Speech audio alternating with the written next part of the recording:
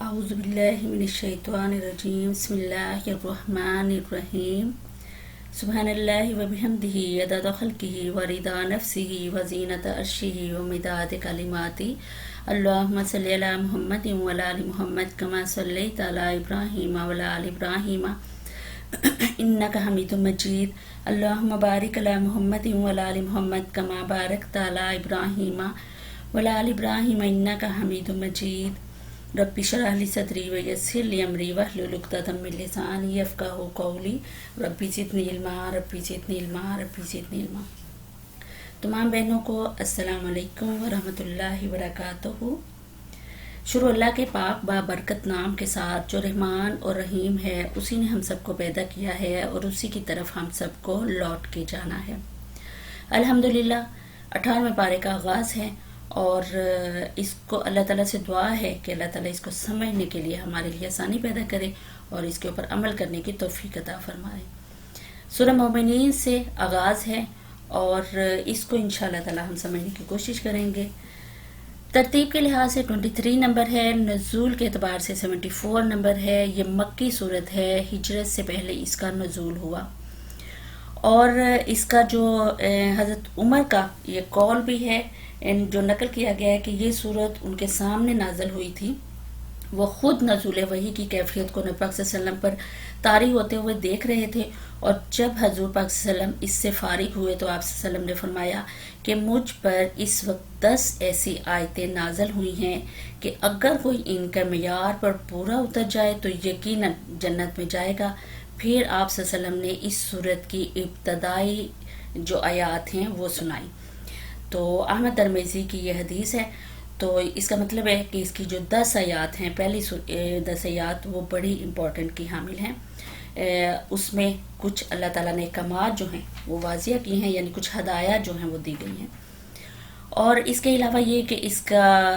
اتباع رسول کی دعوت جو ہے مین موضوع ہے اس کا، اس صورت کا، اور آغاز کلام ہی اس طرح سے ہوا ہے کہ جن لوگوں نے اس پیغمبر کی بات جو ہے وہ مان لی ہے، ان کے اندر یہ جو احساس وہ پیدا ہونی چاہیے، اور یقیناً پھر ایسے ہی لوگ دنیا و آخرت کی فلاح کے مستحق ہیں جو کہ پہلی 10 آیات میں آئیں گے۔ اور اس کے علاوہ اس میں جو بات ہوئی ہے وہ انسان کی تخلیق کا ذکر دوبارہ کیا گیا ہے، قیامت کا ذکر کیا گیا ہے، موت کا ذکر، جنت جہنم کا ذکر، اور یہ کہ قرآن ایک سچی کتاب ہے اس کے بارے میں کہا گیا ہے، اور پھر توحید اور رسالت کا بیان جو ہے وہ اس میں دوبارہ سے آیا ہے۔ یہ بیانات بار بار رپیٹ ہو رہے ہیں، ان کی وجہ صرف یہی ہے کہ نبی پاک صلی اللہ علیہ وسلم کو ایک تو تسلی دینا، اور دوسرا یہ کہ نبی پاک صلی اللہ علیہ وسلم کو بتانا کہ پہلے بھی قوموں کے ساتھ ایسا ہی، نبیوں کے ساتھ اسی طرح ہی ہوتا چلا ہے، انہوں نے بھی انکار کیا ہے، تو لہٰذا یہ کوئی نئی بات نہیں ہے اگر یہ بھی انکار کر رہے ہیں تو۔ اس کے علاوہ ہم نے دیکھا کہ تقریباً 17 پارے جو کہ مسلسل جو چیز بیان ہوئی ہے، سمجھیں کہ یہ اس صورت میں ان 17 پاروں کا خلاصہ جو ہے وہ بیان کیا گیا۔ مختصراً اگر بات کریں تو یہ بات اس میں، بسم اللہ الرحمن الرحیم، قد افلح المؤمنون الذین هم فی صلاتهم خاشعون والذین هم عن اللغو معرضون والذین هم للزکاة فاعلون والذین هم لفروجهم حافظون۔ یقیناً فلاح پائی ہے ایمان لانے والوں نے جو، اب یہاں پہ وہ صفات جو ہیں 7 صفات ہیں جو بیان کی جا رہی ہیں، اور بتایا جا رہا ہے کہ مومنین میں یہ صفات ہونی چاہیے، اور فرمایا جا رہا ہے کہ کامیاب ہو گیا وہ ایمان لانے والوں سے مراد وہ لوگ جنہوں نے نبی پاک صلی اللہ علیہ وسلم کی دعوت کو قبول کر لیا اور آپ کو ہی اپنا جو ہے راہبر مان لیا، اور پھر آپ کے اس طریقے زندگی کے مطابق انہوں نے پیروی کی اور راضی ہو گئے اللہ تعالیٰ نے جو کچھ ان کو دیا اور جسے آپ صلی اللہ علیہ وسلم نے پیش کیا، تو اس شخص نے فلاح پائی، وہ شخص کامیاب ہو گیا، وہ شخص جو ہے وہ خوشحال ہو گیا، تو اس طرح اس کی حالت جو ہے اچھی ہو گئی۔ تو یہ یہاں پہ اللہ تعالیٰ فرما رہے ہیں کہ فلاح پائی ایمان لانے والوں نے جو کیا کرتے ہیں، اپنی نماز میں خشوع اختیار کرتے ہیں۔ خشوع یعنی جھک جاتے ہیں وہ، اب خشوع جو ہے وہ دو طرح سے ہوتا ہے، ایک یہ کہ روحانی طور پہ خشوع اختیار کیا جائے، اور ایک ہے جسمانی طور پہ جو ہے وہ خشوع اختیار کیا جائے، یعنی کہ دل کی جو کیفیت ہے اس میں خشوع جو ہے وہ لایا جائے، اور وہ کس طریقے سے کہ کسی کے آگے جھک جانا، دب جانا، عاجزی اختیار کرنا، اور یہ ساری جو ہیں یہ ایک دلی کیفیت کہ دل میں اس کا احترام ہونا چاہیے، اس کا ادب ہو، اور جسمانی طور پہ بھی حالت ایسی ہی ہو کہ اس کی کیفیت اس طرح سے کہ سر جھکا دینا کسی کے آگے، اپنے اعضاء کو ڈھیلا کر دینا، اپنی نگاہوں کو پست کر دینا، نیچے کر دینا، اور بھرپور جو ہے ادب جو ہے کرنا، اور اس کی آواز میں بھی ادب جو ہے وہ ہو۔ تو یہ جو دو چیزیں ہیں نماز کے لیے، یہ دونوں چیزیں ہی ضروری ہیں، ایک یہ کہ دل کا خشوع ہونا، کہ دل کے ساتھ ہم نے خشوع کے ساتھ دل کو جھکا دینا ہے، دل کو نرم کر دینا ہے، اور دل میں ایک عظمت، ایک جلال ہو جس کے آگے ہم جو ہیں وہ جا رہے ہیں۔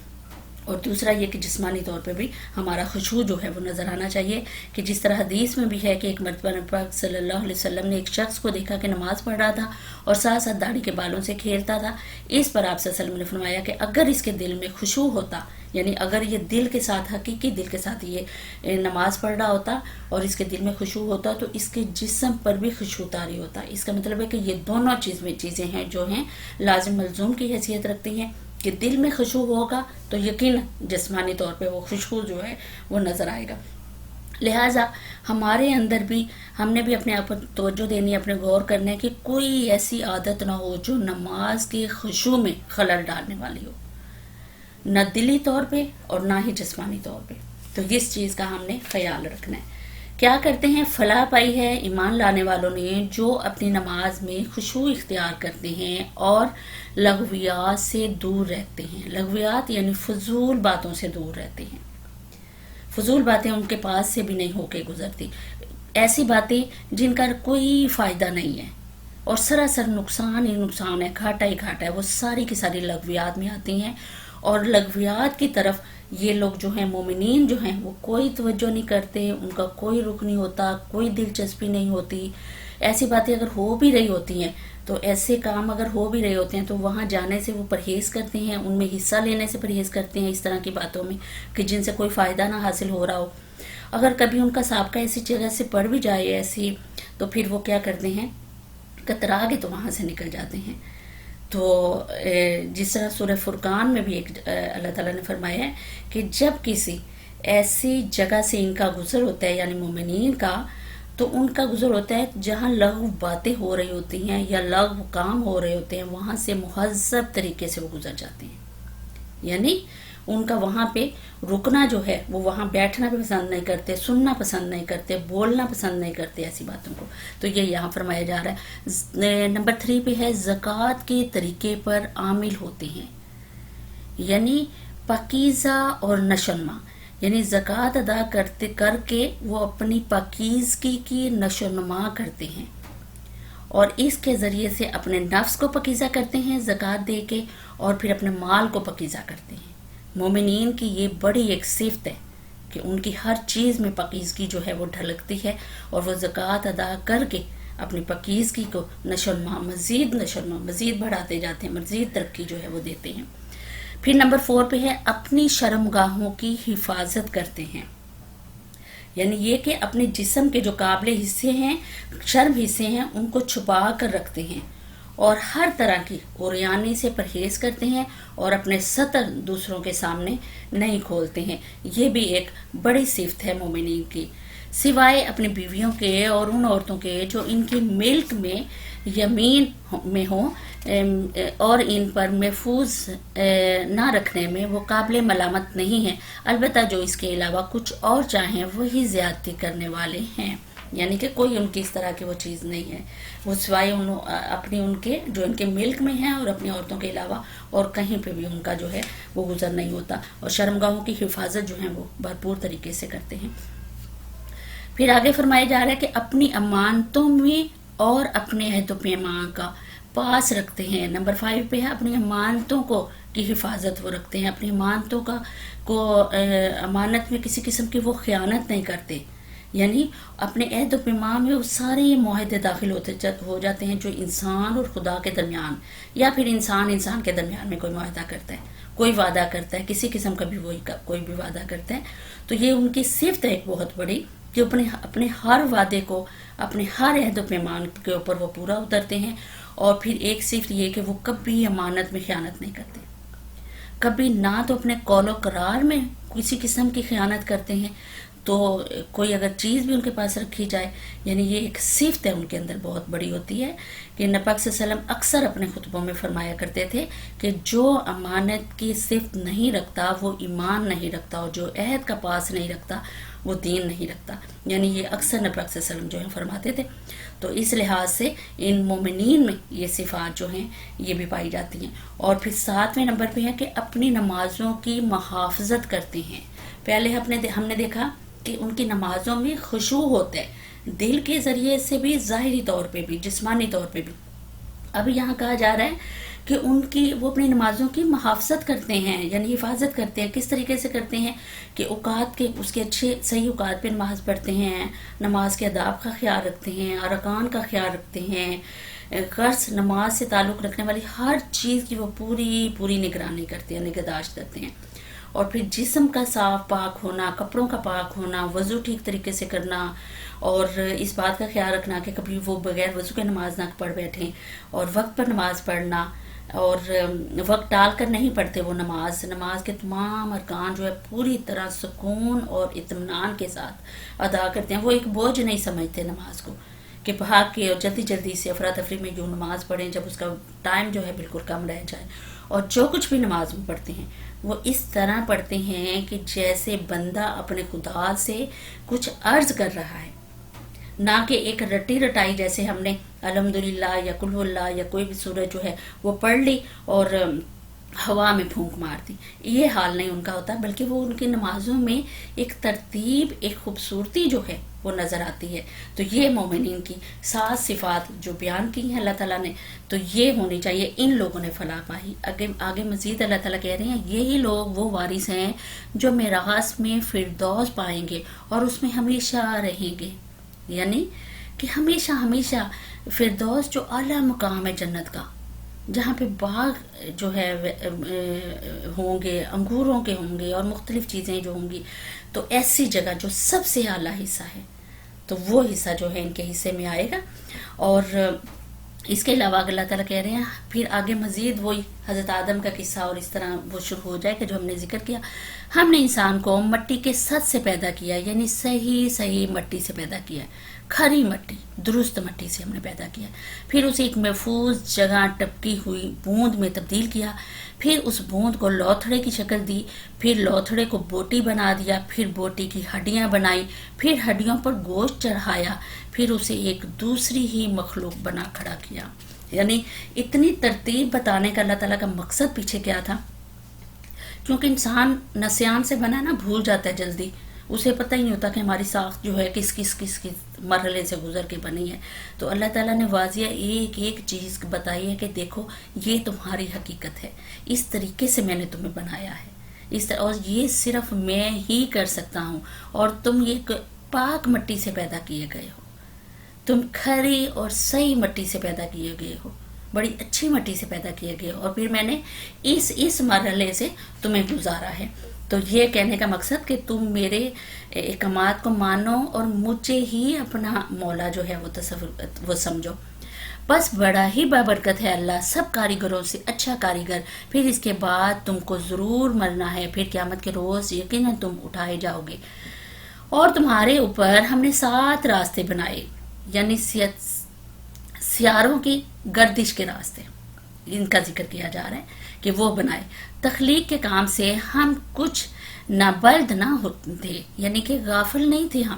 ہم نے ایسے ہی تمہیں بنا کے چھوڑ نہیں دیا کہ مخلوق کی طرف سے ہم نے کوئی غفلت برتی ہو اور اسی طرح اس کو بغیر سوچے سمجھے کسی منصوبے کے بغیر پورے علم کے ساتھ ہم نے بنو کے تم کو چھوڑ دیا، نہیں، بلکہ سوچے سمجھے منصوبے کے تحت بنایا ہے، پورے شعور کے ساتھ بنایا ہے، پورے علم کے ساتھ بنایا ہے، اور ہم قوانین اس میں کار فرما ہیں تمام کے تمام، کہ اعلیٰ کے ادنا سے لے کے اعلیٰ تک سارے نظام کائنات میں ایک مکمل ہم آہنگی پائی جاتی ہے. اس طریقے سے ہم نے جو ہے وہ ترتیب دیا ہے اور اس طریقے سے ہم نے بنایا ہے. ہم کبھی غافل ہوئے بھی نہیں اور رہے بھی نہیں، اور کسی حالت میں کبھی ہم بے خبر بھی نہیں رہے. کسی چیز کو ہم نے اپنے منصوبے کے خلاف بننے یا چلنے نہیں دیا. تو یہ اللہ تعالیٰ یہاں فرما رہے ہیں کہ تمہیں ایک اس طریقے سے ہم نے تخلیق کیا ہے، اور آسمان سے ہم نے ٹھیک حساب کے مطابق ایک خاص مقدار میں پانی اتارا اور اس کو زمین پر ٹھہرا دیا. ہم اسے جس طرح چاہے غائب کر سکتے ہیں. پھر اس پانی کے ذریعے سے ہم نے تمہارے لیے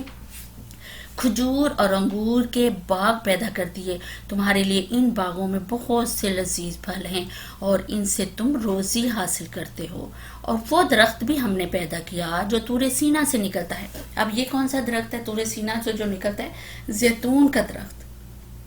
اس کو اللہ تعالیٰ نے ایک بڑی اہمیت دی ہے زیتون کے درخت کو، شفا ہے اس میں بڑی، جس میں سے تیل بھی لیے ہوئے اگتا ہے اور کھانے والوں کے لیے سالن بھی. اور حقیقت یہ ہے کہ تمہارے لیے مویشیوں میں بھی ایک سبق ہے. ان کے پیٹوں میں جو کچھ ہے اس میں سے ایک چیز ہم تمہیں پلاتے ہیں، اور تمہارے لیے ان میں بہت سے دوسرے فائدے بھی ہیں. یعنی کہ کتنا فائدہ ہے جو نکلتا ہے. گوشت بھی کھاتے ہیں، دودھ بھی ہمیں مل رہا ہوتا ہے. یہ بھرپور غذائیت اس چیز میں رکھی گئی ہے. تو یہ اللہ تعالیٰ کے علاوہ اور کوئی نہیں جو کر سکتا ہے.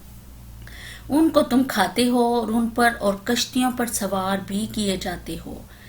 ہم نے نوح کو اس کی قوم کی طرف بھیجا. اب یہاں سے انبیاء علیہ السلام کے قصے جو ہیں وہ شروع ہونے لگے ہیں مختصراً. اس طرح کہا اس نے کہا اے میری قوم کے لوگوں، اللہ کی بندگی کرو، اس کے سوا تمہارے لیے کوئی اور معبود نہیں ہے. کیا تم ڈرتے نہیں ہو؟ اس کی قوم کے جن سرداروں نے ماننے سے انکار کیا وہ کہنے لگے یہ شخص کچھ نہیں ہے مگر ایک بشر تم ہی جیسا. اس کی غرض یہ ہے کہ تم پر برتری حاصل کرے. اللہ کو اگر بھیجنا ہوتا تو فرشتے بھیج دیتا. وہی پہلے والی باتیں سیم کہ یہ ایک بشر ہے، ہمارے جیسا کھاتا پیتا ہے، کچھ بھی نہیں ہے اس کے علاوہ. اگر اللہ کو بھیجنا ہی تھا ہماری ہدایت کے لیے تو کسی فرشتے کو بھیج دیتا. یہ بات تو ہم نے کبھی اپنے باپ دادا کے وقتوں میں سنی ہی نہیں کہ بشر رسول بن کر آئے. کچھ نہیں، بس اس آدمی کو ذرا جنون لاحق ہو گیا ہے. کچھ مدت اور دیکھ لو شاید افاقہ ہو جائے. یعنی اس طرح کی باتیں جو ہیں وہ آپس میں کیا کرتے تھے. تو پھر حضرت نوح نے کہا، دعا جو ہے انہوں نے مانگی، پروردگار ان لوگوں نے جو میری تکذیب کی ہے، یعنی قال رب انصرنی بما کذبون. نوح نے کہا پروردگار ان لوگوں نے جو میری تکذیب کی ہے اس پر اب تو ہی میری نصرت فرما. ایک اور جگہ پہ سورہ قمر میں اس طریقے سے دعا فرمائی گئی، فدعا ربہ انی مغلوب فانتصر. بس نوح نے اپنے رب کو پکارا کہ میں دبا لیا گیا ہوں، اب تو ان سے بدلہ لے لے. یعنی اس طرح سے دعا جو ہے جو کہ حضرت نوح علیہ السلام نے. ہم نے اس پر وحی کی کہ ہماری نگرانی میں اور ہماری وحی کے مطابق کشتی تیار کر، پھر جب ہمارا حکم آ جائے اور تنور ابل پڑے تو ہر قسم کے جانوروں میں سے ایک ایک جوڑا لے کر اس میں سوار ہو جاؤ اور اپنے اہل و عیال بھی ساتھ لے، سوائے ان کے جن کے خلاف پہلے فیصلہ ہو چکا، اور ظالموں کے معاملے میں مجھ سے کچھ نہ کہنا. اب یہ اب غرق ہونے والے ہیں. پھر جب تو اپنے ساتھیوں سمیت کشتی پر سوار ہو جائے تو کہے شکر ہے اس خدا کا جس نے ہمیں ظالم لوگوں سے نجات دی، اور کہے قل ربی انزلنی منزلم مبارکن کم وانت خیر المنزلین، کہ پروردگار مجھ کو برکت والی جگہ اتار اور تو بہترین جگہ دینے والا ہے. یعنی کشتی میں سوار ہونے کی دعا بھی یہی ہے کہ ربی انزلنی منزلم مبارکن وانت خیر المنزلین. اس قصے میں بڑی نشانیاں ہیں اور زمائش تو ہم کر کے ہی رہتے ہیں. یعنی جس نے جو ڈلایا عبرت آموز سبق ہیں. یہ بتاتے ہیں کہ توحید کی دعوت جو ہے دینے والے انبیاء حق پر تھے، اور شرک پر اصرار کرنے والے جتنے بھی لوگ تھے وہ کافر تھے اور باطل تھے. اور اس وقت بھی حضرت نوح اور ان کی قوم کے درمیان یہ چیزیں چل رہی تھی، یہی صورتحال پیش آ رہی تھی، اور اس کا انجام بھی کچھ اس طرح سے مختلف نہیں تھا باقی ان سے، کہ خدا کے فیصلے میں چاہے جتنی دیر کتنی ہی لگے مگر فیصلہ جو ہے آخرکار ہو کے رہنا ہے، اور اہل حق کے حق میں ہی فیصلہ جو ہے اللہ تعالیٰ کرتے ہیں. آگے اللہ تعالیٰ فرما رہے ہیں ان کے بعد ہم نے ایک دوسرے دور کی قوم اٹھائی. اب یہ دوسرے دور کی قوم کون سی تھی؟ یعنی قوم عاد، ان کو اٹھایا ہم نے. پھر ان میں خود انہی کے قوم کا ایک رسول بھیجا. اور قوم عاد کی طرف کون سے رسول آئے تھے؟ حضرت شعیب علیہ السلام، جس نے انہیں دعوت دی کہ اللہ کی بندگی کرو، تمہارے لیے اس کے سوا کوئی اور معبود نہیں ہے. کیا تم ڈرتے نہیں ہو اس کی قوم کے جن سرداروں نے ماننے سے انکار کیا اور آخرت کی پیشی کو جھٹلایا، جن کو ہم نے دنیا کی زندگی میں آسودہ کر رکھا تھا. یعنی اتنا کچھ ان کو دیا ہوا تھا، اپنے انعامات کی بارش ان کے اوپر کی ہوئی تھی، خوشحال بنایا ہوا تھا، ان کو مطمئن کیا ہوا تھا، ان کے لیے آرام دہ کرنے والی آرام دہ چیزیں جو ان کو دی ہوئی تھی، تمام نعمتوں سے ان کو نوازا ہوا تھا. لہٰذا یہ شخص کچھ انہوں نے بھی کیا کہا؟ آخرت کی پیشی کو انہوں نے جھٹلایا اور کہا کہ یہ شخص جو ہے کچھ نہیں ہے مگر ایک بشر تم ہی جیسا. جو کچھ تم کھاتے ہو وہی یہ کھاتا ہے، اور جو کچھ تم پیتے ہو وہی یہ پیتا ہے. اب اگر تم نے اپنے ہی جیسے ایک بشر کی اطاعت قبول کر لی تو تم گھاٹے ہی میں رہے. یہ تمہیں اطلاع دیتا ہے کہ جب تم مر کر مٹی ہو جاؤ گے اور ہڈیوں کا پنجر بن کر رہ جاؤ گے، اس وقت تم قبروں سے نکالے جاؤ گے. بعید نہیں، بالکل بعید نہیں یہ وعدہ جو تم سے کیا جا رہا ہے. زندگی کچھ نہیں ہے مگر بس یہی دنیا کی زندگی، یہی ہم کو مرنا اور جینا ہے، اور ہم ہر چیز اٹھائے جانے والے نہیں ہیں. یعنی یہ لوگ کہتے تھے کہ بس ہمیں دنیا کی زندگی جو ہے وہی کافی ہے، اور یہیں پہ ہم نے رہنا، جب ہم مر آ جائیں گے بس وہ وقت آئے گا ہم ختم ہو گئے، اس کے بعد سب کچھ ختم. نہ ہم دوبارہ اٹھائے جائیں گے، نہ زندہ کیا جائیں گے، نہ ہم سے پوچھ گچھ ہوگی، نہ حساب کتاب ہوگا. یہ لوگ کہتے تھے. یہ شخص خدا کے نام پر میں جھوٹ گھڑ رہا ہے اور ہم کبھی اس کے ماننے والے نہیں ہیں. رسول نے کہا پروردگار، وہی حضرت شعیب علیہ السلام نے بھی وہی حضرت نوح علیہ السلام والی دعا مانگی. کیا کہا کہ رب انصرنی بما کذبون، کہ پروردگار ان لوگوں نے جو میری تکذیب کی ہے، یعنی جو مجھے جھٹلایا ان لوگوں نے، اس پر اب تو ہی میری نصرت فرما. کہ انہوں نے مجھے جھٹلا دیا، انہوں نے مجھے چھوڑ دیے، اب تو جو ہے میری نصرت فرما دے، مجھے کامیاب کر دے.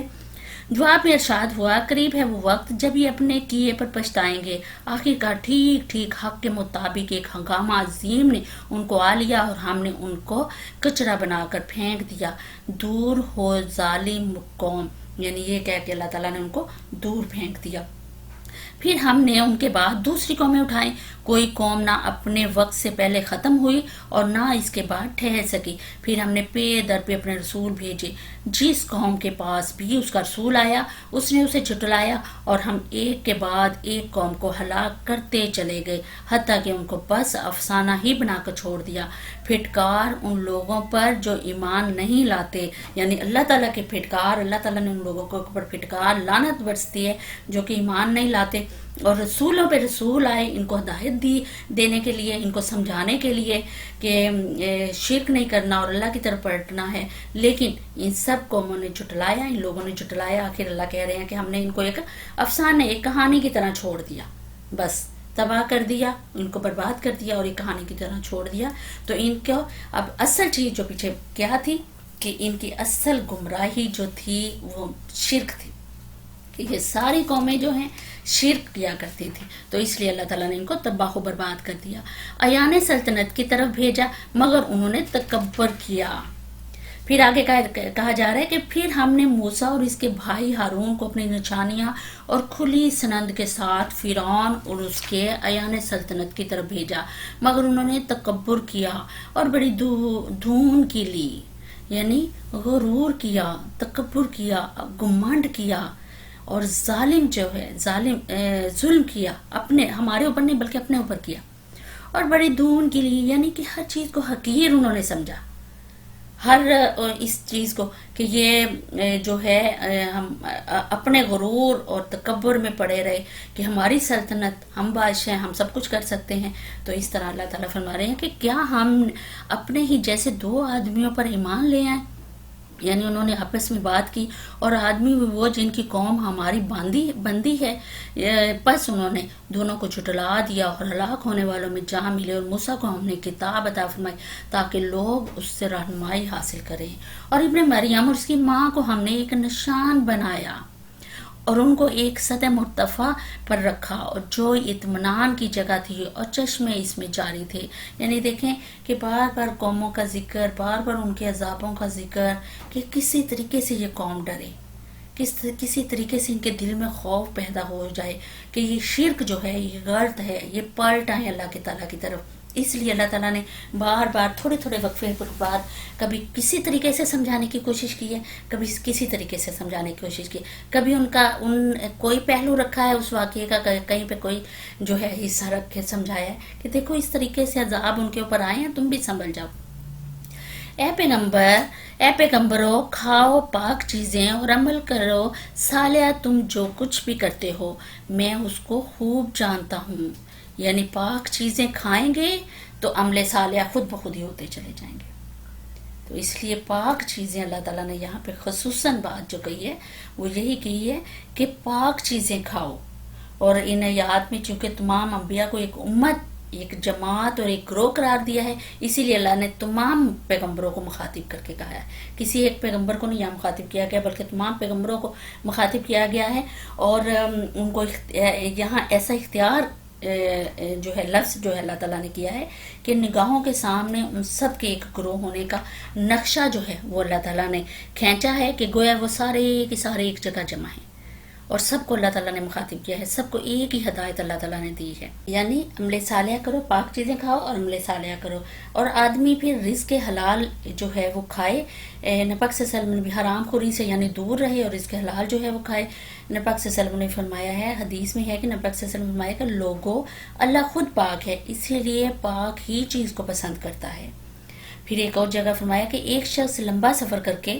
غبار آلود پراگنڈا منہ آتا ہے اور آسمان کی طرف ہاتھ اٹھا کر دعائیں مانگتا ہے، یا رب یا رب، مگر حال یہ ہوتا ہے کہ روٹی اس کی حرام کی، کپڑے اس کے حرام کے، اور جسم اس کا حرام کی روٹیوں سے پلا ہوا. اب کس طرح سے شخص کی دعائیں جو ہیں وہ قبول ہو سکتی ہیں؟ مسلم ترمذی کی حدیث ہے.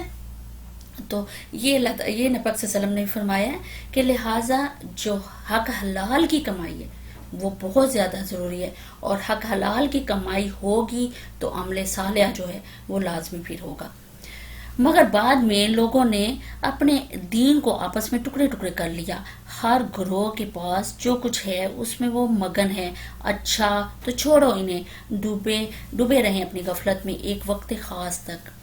کیا یہ سمجھتے ہیں کہ ہم جو انہیں مال اولاد سے مدد دیے جا رہے ہیں تو گویا انہیں بھلائیاں دینے میں سرگرم ہیں؟ نہیں، اصل معاملے کا انہیں شعور نہیں ہے. یعنی اللہ تعالیٰ کا پھر یہاں پہ ایک سوالیہ انداز، ایک سوال اللہ تعالیٰ رکھ رہے ہیں کہ کیا یہ سمجھ رہے ہیں کہ اگر مال ان کو فراوانی ہم لوگ دے رہے ہیں مال میں، اور ان کو اولاد جو ہے وہ پروان چڑھ رہی ہے اور خوبصورت اور یوں جس ان کی خواہشات کے مطابق ان کی اولاد جو ہے وہ آگے بڑھ رہی ہے، تو کیا یہ سمجھ رہے ہیں کہ یہ بھلائیاں ان کے ساتھ ہو رہی ہیں؟ نہیں، یہ تو ایک آزمائش ہے ان کے لیے. مگر وہ اس معاملے کا اللہ تعالیٰ کہہ رہے ہیں کہ شعور نہیں رکھ رہے، وہ سمجھ نہیں رہے ہیں اس بات کو کہ کس طریقے سے کیا چیز ہے کہ یہ لوگ فلاح اور خیر اور خوشحالی کا ایک محدود مادی تصور جو ہے وہ رکھتے ہیں. ان کے نزدیک جس نے اچھا کھانا کھایا اور اچھا لباس پہنا اور اچھا گھر پا لیا اور جو مال اور اولاد سے نواز دیا گیا اور جسے معاشرے میں ایک نام و نمود اور رسوخ، اثر و رسوخ جو ہے وہ حاصل ہو گیا، تو بس ان کی فلاح ہے اور انہوں نے فلاح پا لی. اور جو اس سے محروم رہ گئے ہیں وہ ناکام ہیں، نامراد ہیں، وہ گنہگار ہیں اور ان سے غلطیاں ہوتی چلی جا رہی ہیں کہ اللہ تعالیٰ ان کو آزمائشوں پہ آزمائش سے ڈال رہا ہے. یہ ان لوگوں کا تصور ہے. تو یہاں پہ اللہ تعالیٰ ان لوگوں کو آگاہ کر کے کہہ رہے ہیں کہ ان کی بڑی غلط فہمی ہے یہ، جس میں یہ لوگ مبتلا ہیں، کہ یہ سمجھ رہے ہیں کہ یہ اولاد اور یہ مال جو اللہ تعالیٰ نے ان کو دیا ہے یہ کیا ان کی بھلائیاں ہیں؟ نہیں، بلکہ ان کو شعور نہیں ہے. بھلائیوں کی طرف دوڑنے والے اور سبقت کر کے انہیں پا لینے والے تو در حقیقت وہ لوگ ہیں جو اپنے رب کے خوف سے ڈرتے رہتے ہیں، جو اپنے رب کی آیات پر ایمان لاتے ہیں، جو اپنے رب کے ساتھ کسی کو شریک نہیں کرتے، اور جن کا حال یہ ہے کہ دیتے ہیں جو کچھ بھی دیتے ہیں اور دل ان کے اس خیال سے کانپتے رہتے ہیں کہ ہمیں اپنے رب کی طرف پلٹنا ہے. یعنی جو بھی کرتے ہیں، جو کام کرتے ہیں، جو اللہ کی راہ میں دیتے ہیں، اللہ کے ساتھ کسی کو شریک نہیں ٹھہراتے، ڈرتے رہتے ہیں اللہ سے، اور خیال پیچھے یہ ہوتا ہے کہ ہمیں اپنے رب کی طرف پلٹنا ہے اور ہم سے سوال جواب ہونے ہیں. تو اصل میں حقیقت میں تو یہ مومنین ہیں جن میں ذرا ریاکاری نہیں ہوتی، شرک کے وہ قریب نہیں جاتے. تو اس طریقے سے وہ حقیقت میں مومن ہیں. ہم کسی شخص کو اس کی مقدرت سے زیادہ کی تکلیف نہیں دیتے، یعنی اس کی طاقت سے زیادہ کسی شخص کے اوپر بوجھ ہے وہ نہیں ڈالتے. اور ہمارے پاس ایک کتاب ہے جو ایک ایک حال ٹھیک ٹھیک بتا دینے والی ہے، اور لوگوں پر ظلم بہرحال نہیں کیا جائے گا، مگر یہ لوگ اس معاملے سے بے خبر ہیں، اور ان کے اعمال بھی اس طریقے سے جس کا اوپر ذکر کیا گیا ہے مختلف ہیں. وہ اپنے یہ کرتوت کیے چلے جائیں گے یہاں تک کہ جب ہم ان کی عیاشیوں کو عذاب میں پکڑ لیں گے تو پھر وہ ڈکرانا شروع کر دیں گے، کہ یعنی شکایت کریں گے پھر وہ کہ یہ کیا ہو رہا ہے ہمارے ساتھ. اب بند کرو اپنی فریاد و فغان، یعنی اپنی شکایات جو ہیں اس کو بند کرو. ہماری طرف سے اب کوئی مدد تمہیں نہیں ملنے والی. میری آواز سنائی جاتی تھی تو تم رسول کی آواز سنتے ہی الٹے پاؤں بھاگ جاتے تھے، اپنے گمانڈ میں اس کو خاطر میں ہی نہیں لاتے تھے، اپنی چوپالوں میں اس پر باتیں چھانٹتے اور بکواس کیے جاتے تھے. یعنی کہ اکٹھے ہوتے تھے جب تم اپنی پنچایت جو ہے مثال کے طور پہ وہ لگاتے تھے، اور پھر اکٹھے ہوتے تھے اور بیٹھتے تھے ایک گروپ کی صورت میں، ایک گروہ کی صورت میں، تو تم بکواس کرتے تھے اس کے بارے میں. اور اب جب تمہارے اوپر عیاشیوں کا عذاب، جب اللہ تعالیٰ نے پکڑ لیا تم کو لوگوں کو عذاب میں، تو اب تم آہوزاری کر رہے ہو، تم رونا پیٹنا تم نے ڈالا ہوا ہے، شکایتیں کر رہے ہو. تو اللہ تعالیٰ کہہ رہے ہیں کہ بند کرو شکایتیں، اب تو تمہاری ایک نہیں سنی جائے گی. تو کیا ان لوگوں نے کبھی اس کلام پر غور نہیں کیا، یا وہ کوئی ایسی بات لایا ہے جو کبھی ان کے اسلاف کے پاس نہ آئی تھی؟ یعنی ان کے بزرگوں کے پاس یا تو یہ خود ہی بتا دیں کہ کوئی ایسی یہ چیز ہے جو کہ ان کے بزرگوں کے پاس نہیں آئی تھی، بلکہ ان کے تو بزرگوں کے پاس بھی آ چکے تھے. یہی ساری چیزیں، یہ ان کے ہدایت آئی، رسول آئے جن کو انہوں نے ماننے سے انکار کر دیا. تو یہ کوئی نئی چیز نہیں ہے، وہی ویسا ہی رسول ہے جیسا تمہارے بزرگوں کے پاس آیا تھا. تو وہی کتاب اس کی تصدیق، ان کتابوں کی بلکہ یہ تصدیق کرتی ہے، یہ وہ کتاب ہے. یا یہ اپنے رسول سے کبھی کے واقف نہ تھے کہ انجانا آدمی ہونے کے باعث اس سے بدکتے ہیں، یا یہ کہ اس بات کے قائل ہیں کہ وہ مجنون ہے، یعنی دور بھاگتے ہیں اس سے اور بدکتے ہیں اس سے کہ یہ کوئی ایسا آدمی ہے. یہ جانتے نہیں ہیں، ان کی کتاب میں لکھا ہوا نہیں ہے کہ یہ نبی جو ہے آنے والا ہے، نہیں، بلکہ وہ حق لایا ہے، اور حق ہی ان کی اکثریت کو ناگوار ہے. اور حق اگر کہیں ان کی خواہشات کے پیچھے چلتا تو زمین اور آسمان، ان کی ساری عبادتوں کا نظام درم برم ہو جاتا. نہیں، بلکہ ہم ان کا اپنا ہی ذکر ان کے پاس لائے ہیں، اور وہ اپنے ذکر سے منہ موڑ رہے ہیں. کون سا ذکر لائے ہیں؟ یعنی یہ قرآن پاک لے کے آئے ہیں. کیا تو ان سے کچھ مانگ رہا ہے؟ تیرے لیے تیرے رب کا دیا ہی بہتر ہے، اور وہ بہترین رازق ہے. تو ان کو سیدھے راستے کی طرف بلا رہا ہے، مگر جو لوگ آخرت کو نہیں مانتے وہ راہ راست سے ہٹ کر چلنا چاہتے ہیں. اگر ہم ان پر رحم کریں اور وہ تکلیف جس میں آج کل یہ مبتلا ہیں دور کر دیں تو یہ اپنی سرکشی میں بالکل ہی بہک جائیں گے. یعنی کون سی تکلیف؟ کہ اس تکلیف و مصیبت کی طرف اشارہ ہے کہ وہ قحط کی ایک بدولت جو پڑے ہوئے تھے، قحط اس دوران آیا ہوا تھا. اس قحط کے متعلق روایات میں نقل کیا گیا کہ بعض لوگوں نے دو قحطوں کے قصوں کو جو ہے وہ آپس میں ملا دیا ہے، جس کی وجہ سے آدمی کو یہ سمجھنا مشکل ہو جاتا ہے کہ یہ آیا ہجرت سے پہلے کا واقعہ ہے کہ ہجرت کے بعد کا ہے. لہٰذا نبی پاک صلی اللہ علیہ وسلم کے دور میں اہل مکہ کو 2 مرتبہ قحط سے سابقہ پیش آیا تھا، ایک نبوت کے آغاز سے کچھ مدت پہلے، اور دوسرا جو ہے ہجرت کے کئی سال بعد. تو یہاں پہ اس چیز کا ذکر کیا. ان کا حال تو یہ ہے کہ ہم نے انہیں تکلیف میں مبتلا کیا، پھر بھی اپنے رب کے آگے نہ جھکے اور نہ عاجزی اختیار کرتے ہیں. البتہ جب نوبت یہاں تک پہنچ جائے گی کہ ہم ان پر سخت عذاب کا دروازہ کھول دیں گے تو یہ یکایک تم دیکھو گے کہ اس حالت میں یہ ہر خیر سے مایوس جو ہیں اور وہ اللہ ہی تو ہے جس نے تمہیں سننے اور دیکھنے کی قوتیں دیں اور سوچنے کو دل دیے، مگر تم لوگ کم ہی شکر ادا کرتے ہو۔ وہی ہے جس نے تمہیں زمین میں پھیلایا اور اس کی طرف تمہیں سمیٹے جاؤ گے، وہی زندگی بخشتا ہے، وہی موت دیتا ہے، گردش لیل و نہار اسی کے قبضہ قدرت میں ہے۔ یعنی زندگی کے جتنے شب و روز ہیں، جتنے بھی گزر رہے ہیں ہمارے شب و روز، وہ سارے کے سارے اللہ تعالیٰ کی قدرت کے قبضے میں ہیں۔ کیا تمہیں سمجھ میں یہ بات نہیں آتی؟ مگر یہ لوگ وہی کچھ کہتے ہیں جو ان کے پیش رو کہہ چکے ہیں۔ یہ کہتے ہیں کیا جب ہم مر کر مٹی ہو جائیں گے اور ہڈیوں کا پنجر بن کر رہ جائیں گے تو ہم کو پھر زندہ کر کے اٹھایا جائے گا؟ ہم نے بھی یہ وعدے بہت سنے ہیں اور ہم سے پہلے ہمارے باپ دادا بھی سنتے رہے ہیں۔ یہ محض ایک افسانہ ہائپرینہ ہے، یعنی ایک پرانے قصوں کی یہ باتیں ہیں، ہم سنتے آ رہے ہیں کہ ایسا ہوا، لیکن یہ تو کہانیاں ہیں۔ جیسے پیچھے ہم نے پڑھا، اللہ تعالیٰ نے بھی کیا کہ ہم نے صرف ان کی ایک کہانی جو ہے وہ بنا کے رکھ دیا، ان کے قصوں کو، ان کے عذابوں کو، ان کے ساری چیزوں کو، اور آگے جو آنے والے لوگ ہیں وہ سمجھتے ہی نہیں ہیں، وہ سمجھ ہی نہیں رہے۔ اور یہی حال امت محمدیہ کا، جب محمد صلی اللہ علیہ وسلم آئے اور انہوں نے بتایا تو انہوں نے بس یہ کہہ کے ڈال دیا کہ یہ جو پرانے قصے ہیں اور ہمارے باپ دادا بھی ایسے ہی سنتے تھے، ایسے ہی وعدے وہ سنتے رہے ہیں، تو لہٰذا کچھ نہیں ہے۔ ان سے کہو، بتاؤ اگر تم جانتے ہو کہ یہ زمین اور اس کی ساری آبادی کس کی ہے؟ یہ ضرور کہیں گے اللہ کی، یعنی کہ اللہ کو وہ مانتے تھے، لیکن غلطی کہاں پہ کرتے تھے کہ اللہ کو کے ساتھ شریک کرتے تھے، کہ اللہ کا یہ اکیلے کا کام نہیں ہے بلکہ اور بھی اس کے شریک ہیں جنہوں نے مل کے اللہ کی مدد کی ہے، یہاں پہ وہ غلطی کرتے۔ کہو پھر تم ہوش میں کیوں نہیں آتے؟ ان سے پوچھو ساتوں آسمان اور زمین کا مالک کون ہے؟ یہ ضرور کہیں گے اللہ۔ کہو پھر تم ڈرتے کیوں نہیں ہو؟ ان سے کہو، بتاؤ اگر تم جانتے ہو کہ ہر چیز پر اقتدار کس کا ہے اور کون ہے جو پناہ دیتا ہے اور اس کے مقابلے میں کوئی پناہ نہیں دے سکتا، یہ ضرور کہیں گے کہ یہ بات تو اللہ ہی کے لیے ہے۔ کہو پھر کہاں سے تم کو دھوکہ لگتا ہے؟ اور جو امر حق ہے وہ ہم ان کے سامنے لے آئے، اور کوئی شک نہیں کہ یہ لوگ جھوٹے ہیں۔ اللہ نے کسی کو اپنی اولاد نہیں بنایا اور کوئی دوسرا خدا اس کے ساتھ شریک نہیں، یعنی کہ کہاں پہ یہ کہ یہ شریک جو ٹھہرا لیتے تھے کہ اللہ کا شریک ہیں، اللہ کے بیٹا ہیں، اللہ کی بیٹیاں ہیں جو اللہ کی مدد کر رہی ہیں، تو ان کے متعلق اللہ تعالیٰ ان کو کہہ رہے ہیں کہ کون ہے؟ بتاؤ کہاں تم نے دیکھا ہے، کہاں میں نے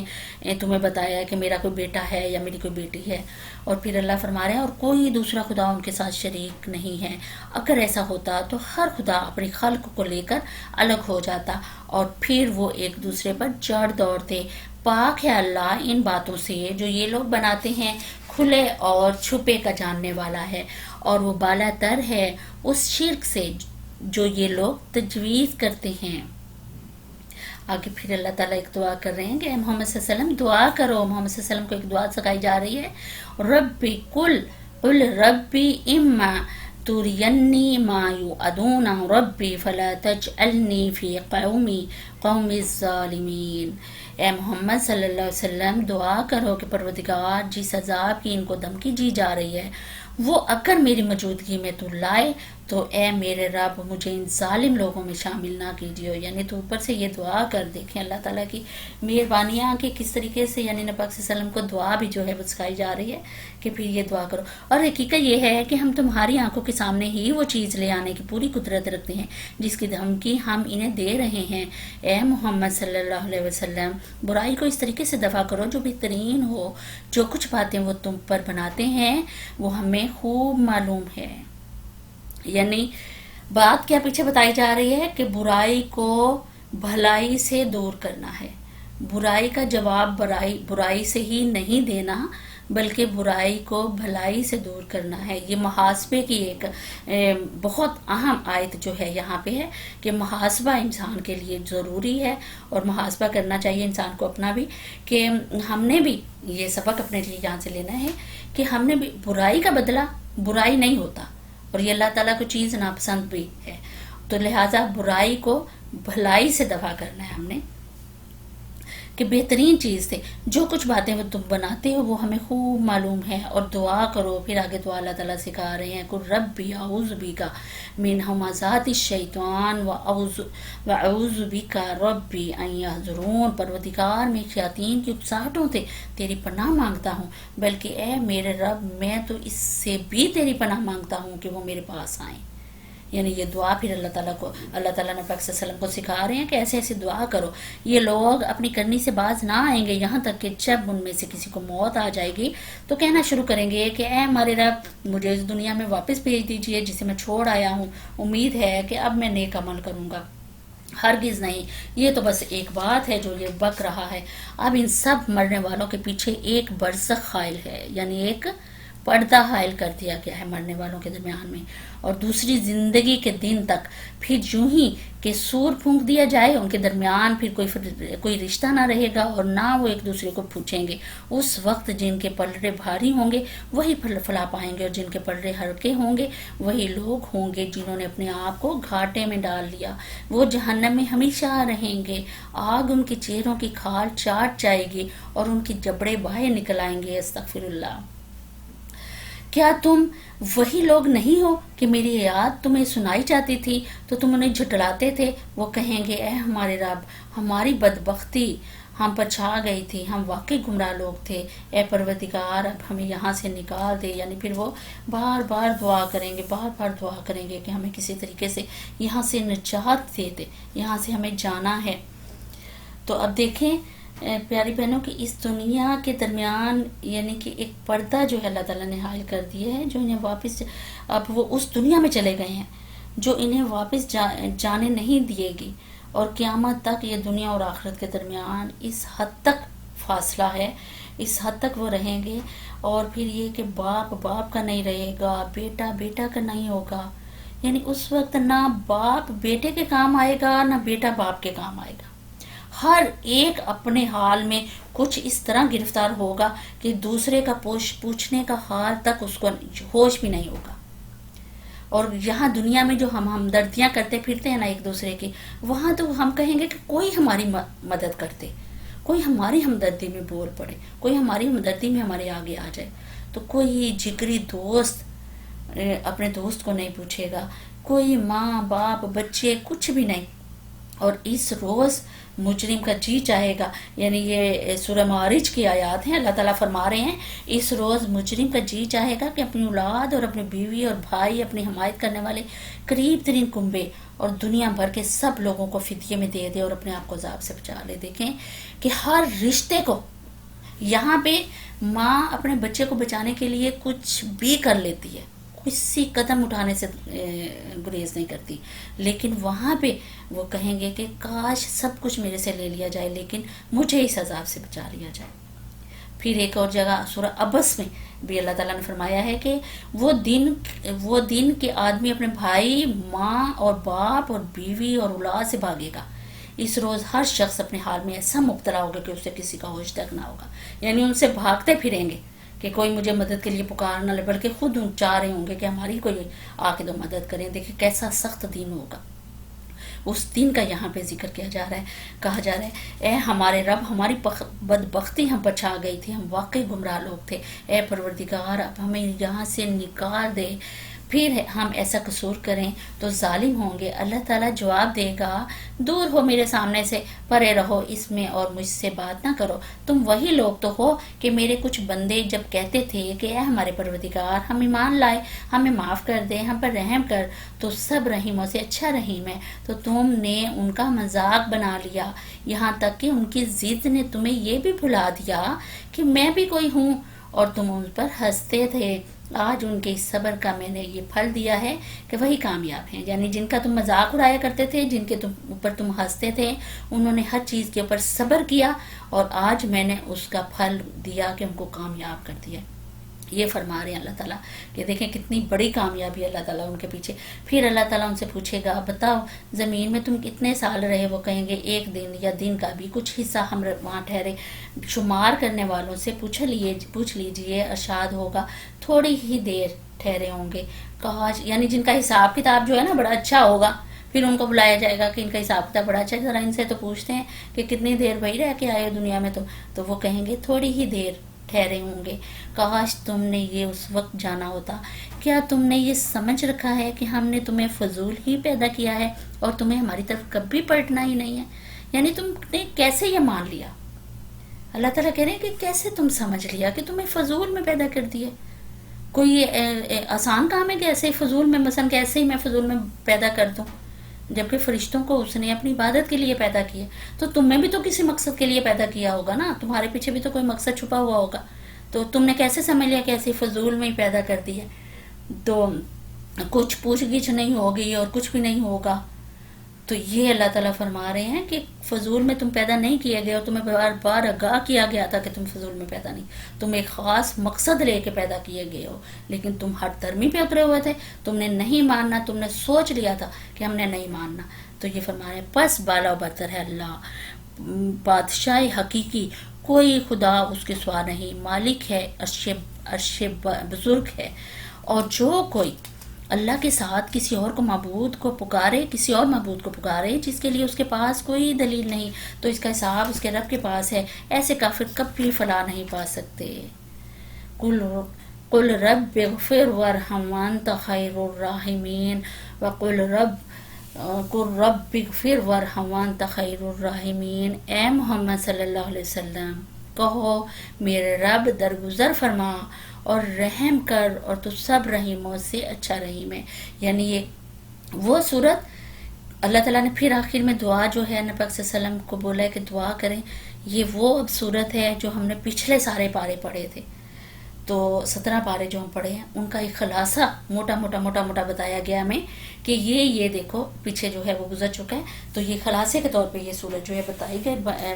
بتائی گئی آگاہ کہ ہمیں بتایا گیا، اور ہمیں ایک رپیٹ ہمیں یاد دہانی کروائی گئی کہ یہ کچھ تمہیں بتا دیا گیا ہے، پھر بھی تم عمل نہ کرو. تو پھر اس میں ہم کیا کر سکتے ہیں؟ نبی پاک صلی اللہ علیہ وسلم اور صحابہ کرام کے دشمنوں کو بھی معاف کرنے سے یہ کہہ کر انکار فرمایا گیا کہ میرے جو بندے یہ دعا مانگتے ہیں تم ان کا مذاق اڑاتے ہو. کون سی دعا؟ جو ابھی ہم نے دعا پڑھی ہے وَقُلْ رَبِّ اغْفِرْ وَارْحَمْ وَأَنْتَ خَيْرُ الرَّاحِمِينَ. اس کے بعد اب نبی پاک صلی اللہ علیہ وسلم کو یہ حکم دیا گیا کہ تم ٹھیک وہی دعا مانگو جس کا ہم اب بھی ذکر کر رہے ہیں. ہمارے ساتھ تنبیہ کے باوجود اب اگر یہ تمہارا مذاق اڑائیں گے تو پھر آخرت میں اپنے خلاف گویا خود ہی ایک مضبوط مقدمہ جو ہے وہ تیار کر رہے ہیں، لہٰذا یہ پکڑ میں آئیں گے اور آخرت میں اللہ تعالیٰ ان کی پکڑ جو ہے وہ کرنے والا ہے. لہٰذا یہ دعا تم پڑھا کرو، اور ہمیں بھی ہر وقت جو ہے یہ دعا پڑھنی چاہیے کہ میرے رب درگزر فرما اور رحم کر، اور تو سب رحیموں سے اچھا رحیم ہے. آمین ثم آمین. سورہ مومنون جس کو ہم نے سمجھنے کی کوشش کی. آگے سورہ نور ہے،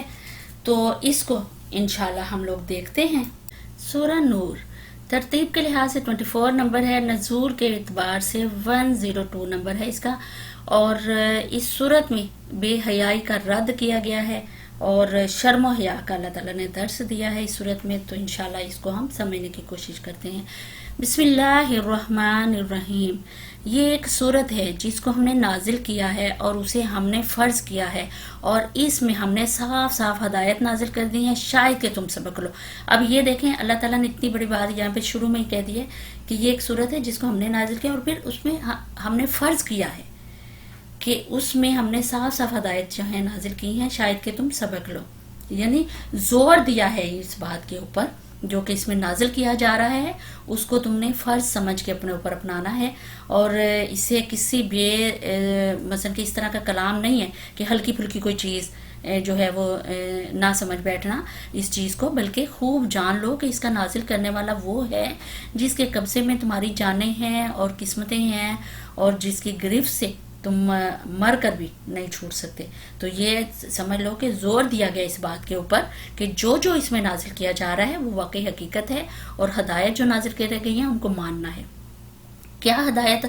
یعنی سختی ہے اس میں؟ کیا ہدایت نازل کی گئی ہے کہ زانیہ عورت اور زانی مرد دونوں میں سے ہر ایک کو 100 کوڑے مارو. یعنی یہ بات فرض کر دی گئی کہ ایسا ہی کرنا ہے، نہیں کرو گے تو پھر گناہ گار ہوگے. تو یہ کہا گیا ہے کہ زانی عورت اور زانی مرد دونوں میں سے ہر ایک کو 100 کوڑے جو ہیں وہ مارو، اور ان پر ترس کھانے کا جذبہ اللہ کے دین کے معاملے میں تم کو دامنگیر نہ ہو. اگر تم اللہ تعالیٰ اور روز آخرت پر ایمان رکھتے ہو اور ان کو سزا دیتے وقت اہل ایمان کا ایک گروہ موجود رہے. زانی نکاح نہ کرے مگر زانیہ کے ساتھ یا مشرکہ کے ساتھ. اس چیز کو ضرور ہمیں سمجھنا ہے، ضرور سمجھنا ہے، یا وقت کی کمی کے باعث ہم مزید اس کی بہت زیادہ تفصیل میں نہیں جا سکتے، لیکن میں یہی کہوں گی کہ اس کو خدا را کسی طریقے سے آپ سمجھنے کی کوشش کریں، تفہیم القرآن سے ہیلپ لیں یا اور بکس سے ہیلپ لیں، لیکن سمجھے ضرور اس موضوع کو، تاکہ ہمیں اپنی اولادوں کو سمجھانے میں آسانی رہے۔ مگر زانیہ کے ساتھ یا مشرکہ کے ساتھ اور زانیہ کے ساتھ نکاح نہ کرے مگر زانی یا مشرک، اور یہ حرام کر دیا گیا ہے اہل ایمان پر۔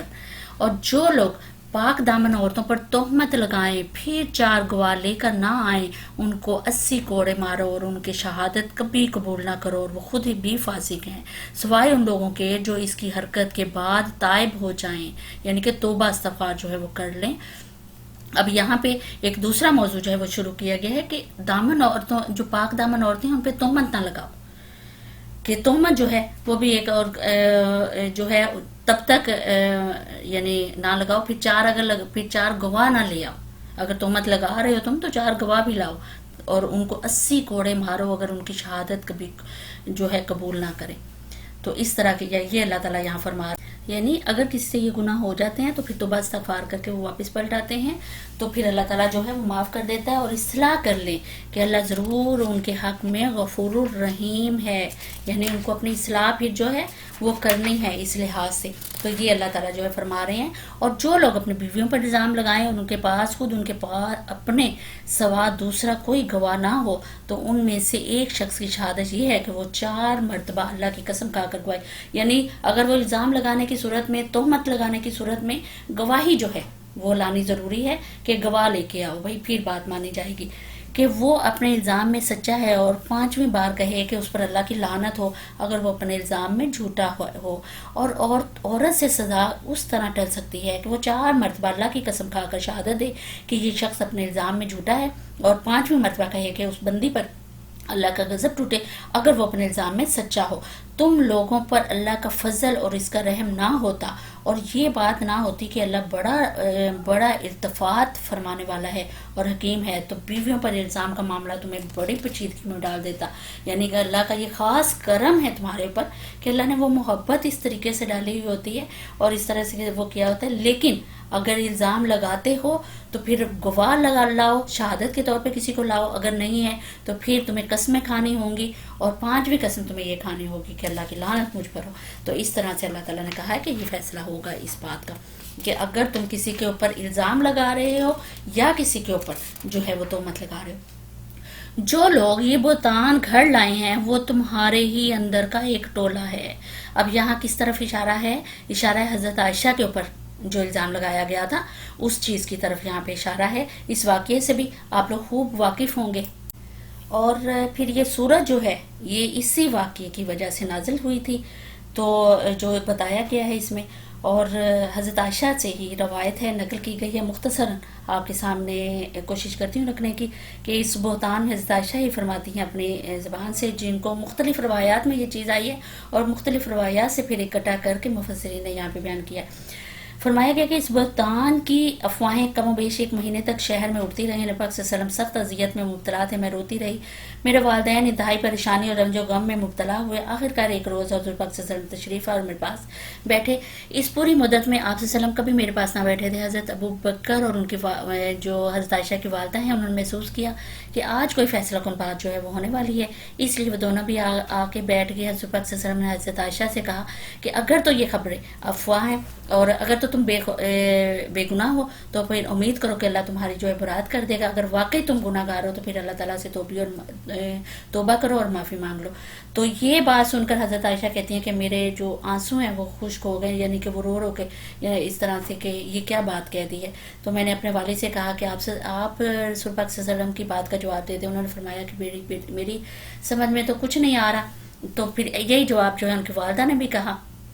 تو آپ لوگوں کے کانوں میں ایک بات، حضرت عائشہ نے کہا کہ میں اس پر بولی کہ آپ لوگوں کے کانوں میں بس ایک بات پڑی اور آپ لوگوں نے اس کا یقین کر لیا، حالانکہ اللہ گواہ ہے کہ میں نے ایسا کوئی گناہ نہیں کیا اور میں بالکل بے گناہ ہوں۔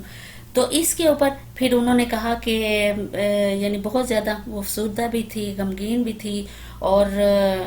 اپنی بے گناہی سے، اللہ میری بے گناہی سے واقف ہے، وہ کہہ بھی رہی تھی وہ ضرور حقیقت کھول دے گا، اگرچہ یہ بات تو میرے وہم و گمان میں بھی نہیں تھی کہ میرے حق میں وہی نازل ہوگی جو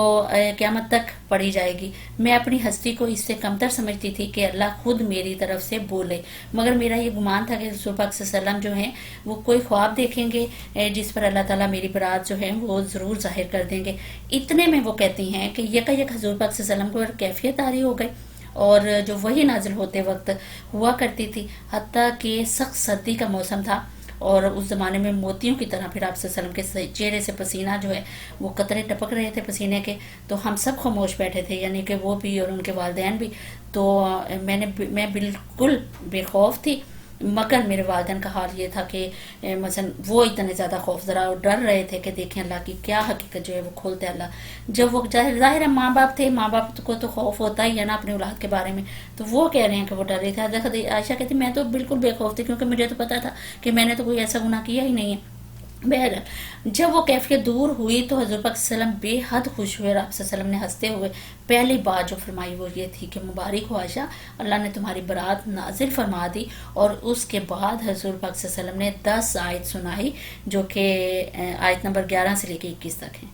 تو پھر میری والدہ نے کہا کہ اٹھو رسول اللہ کا شکریہ ادا کرو، تو حضرت عائشہ کہتی ہیں کہ نہ میں آپ کا شکریہ ادا کروں گی، نہ میں نبی پاک صلی اللہ علیہ وسلم کا، میں تو اپنے اللہ کا شکریہ ادا کروں گی کیونکہ میرا اللہ میرے حق میں بولا ہے اور اس نے جواب دیا ہے۔ یہ مختصر تھا جو خلاصہ نکالا گیا مختلف روایات کو وہ کر کے، تو جس کی وجہ سے یہ جو صورت ہے وہ نازل ہوئی۔ تو فرمایا جا رہا ہے جو لوگ یہ بہتان گھڑ لائے ہیں وہ تمہارے ہی اندر کا ایک ٹولہ ہے،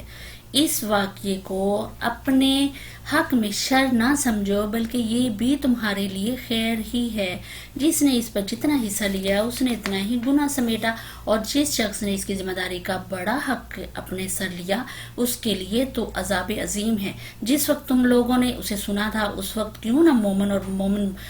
مردوں اور مومن عورتوں نے اپنے آپ سے نیک گمان کیا، یعنی کہ کہا جا رہا ہے کہ اس وقت تم لوگ کیوں نہیں بولے کہ یہ جو عورت ہے یہ اس طرح نہیں کر سکتی ہے، اس کے حق میں کیوں نہیں اچھا گمان کیا، کیوں تم لوگ شک میں پڑ گئے تھے، حالانکہ وہ نیک ہے، آپ کو تم لوگوں کو پتہ بھی تھا کہ نیک ہے۔ تو یہ اللہ تعالیٰ فرما رہے ہیں کیوں نہ کہہ دیا کہ یہ سری بہتان ہے، وہ لوگ اپنے الزام کے ثبوت میں 4 گواہ کیوں نہ لائے، اب کہ وہ گواہ نہیں لائے۔ آپ دیکھیں کہ شروع میں ہم نے سورت میں دیکھا کہ اللہ تعالیٰ نے گواہی کا، شہادت کا کہا ہے کہ اگر کسی کے اوپر بہتان لگتا ہے، یعنی مسلط دیکھیں اللہ تعالیٰ کی اور انداز بیان دیکھیں کس طریقے سے اللہ تعالیٰ کریں کہ شروع کی جو آیات ہیں اس میں اللہ تعالیٰ نے پہلے یہ بات کر دی کہ گواہ لاؤ، اور گواہ لانے چاہیے، اور شہادت جو ہے اگر مثلا اس طریقے سے شہادت پیش کرو، تو یہاں پہ اللہ تعالیٰ کہہ رہے ہیں کہ کیوں نہیں تم لوگوں نے کہا کہ شہادت کے طور پہ کوئی لاؤ، کوئی ثبوت لاؤ، 4 گواہ لاؤ تاکہ ہمیں یقین کریں، تم لوگ تو بالکل ہی خاموش ہو کے بیٹھ گئے۔ تو اس پہ اللہ تعالیٰ وہ کر رہے ہیں کہ اب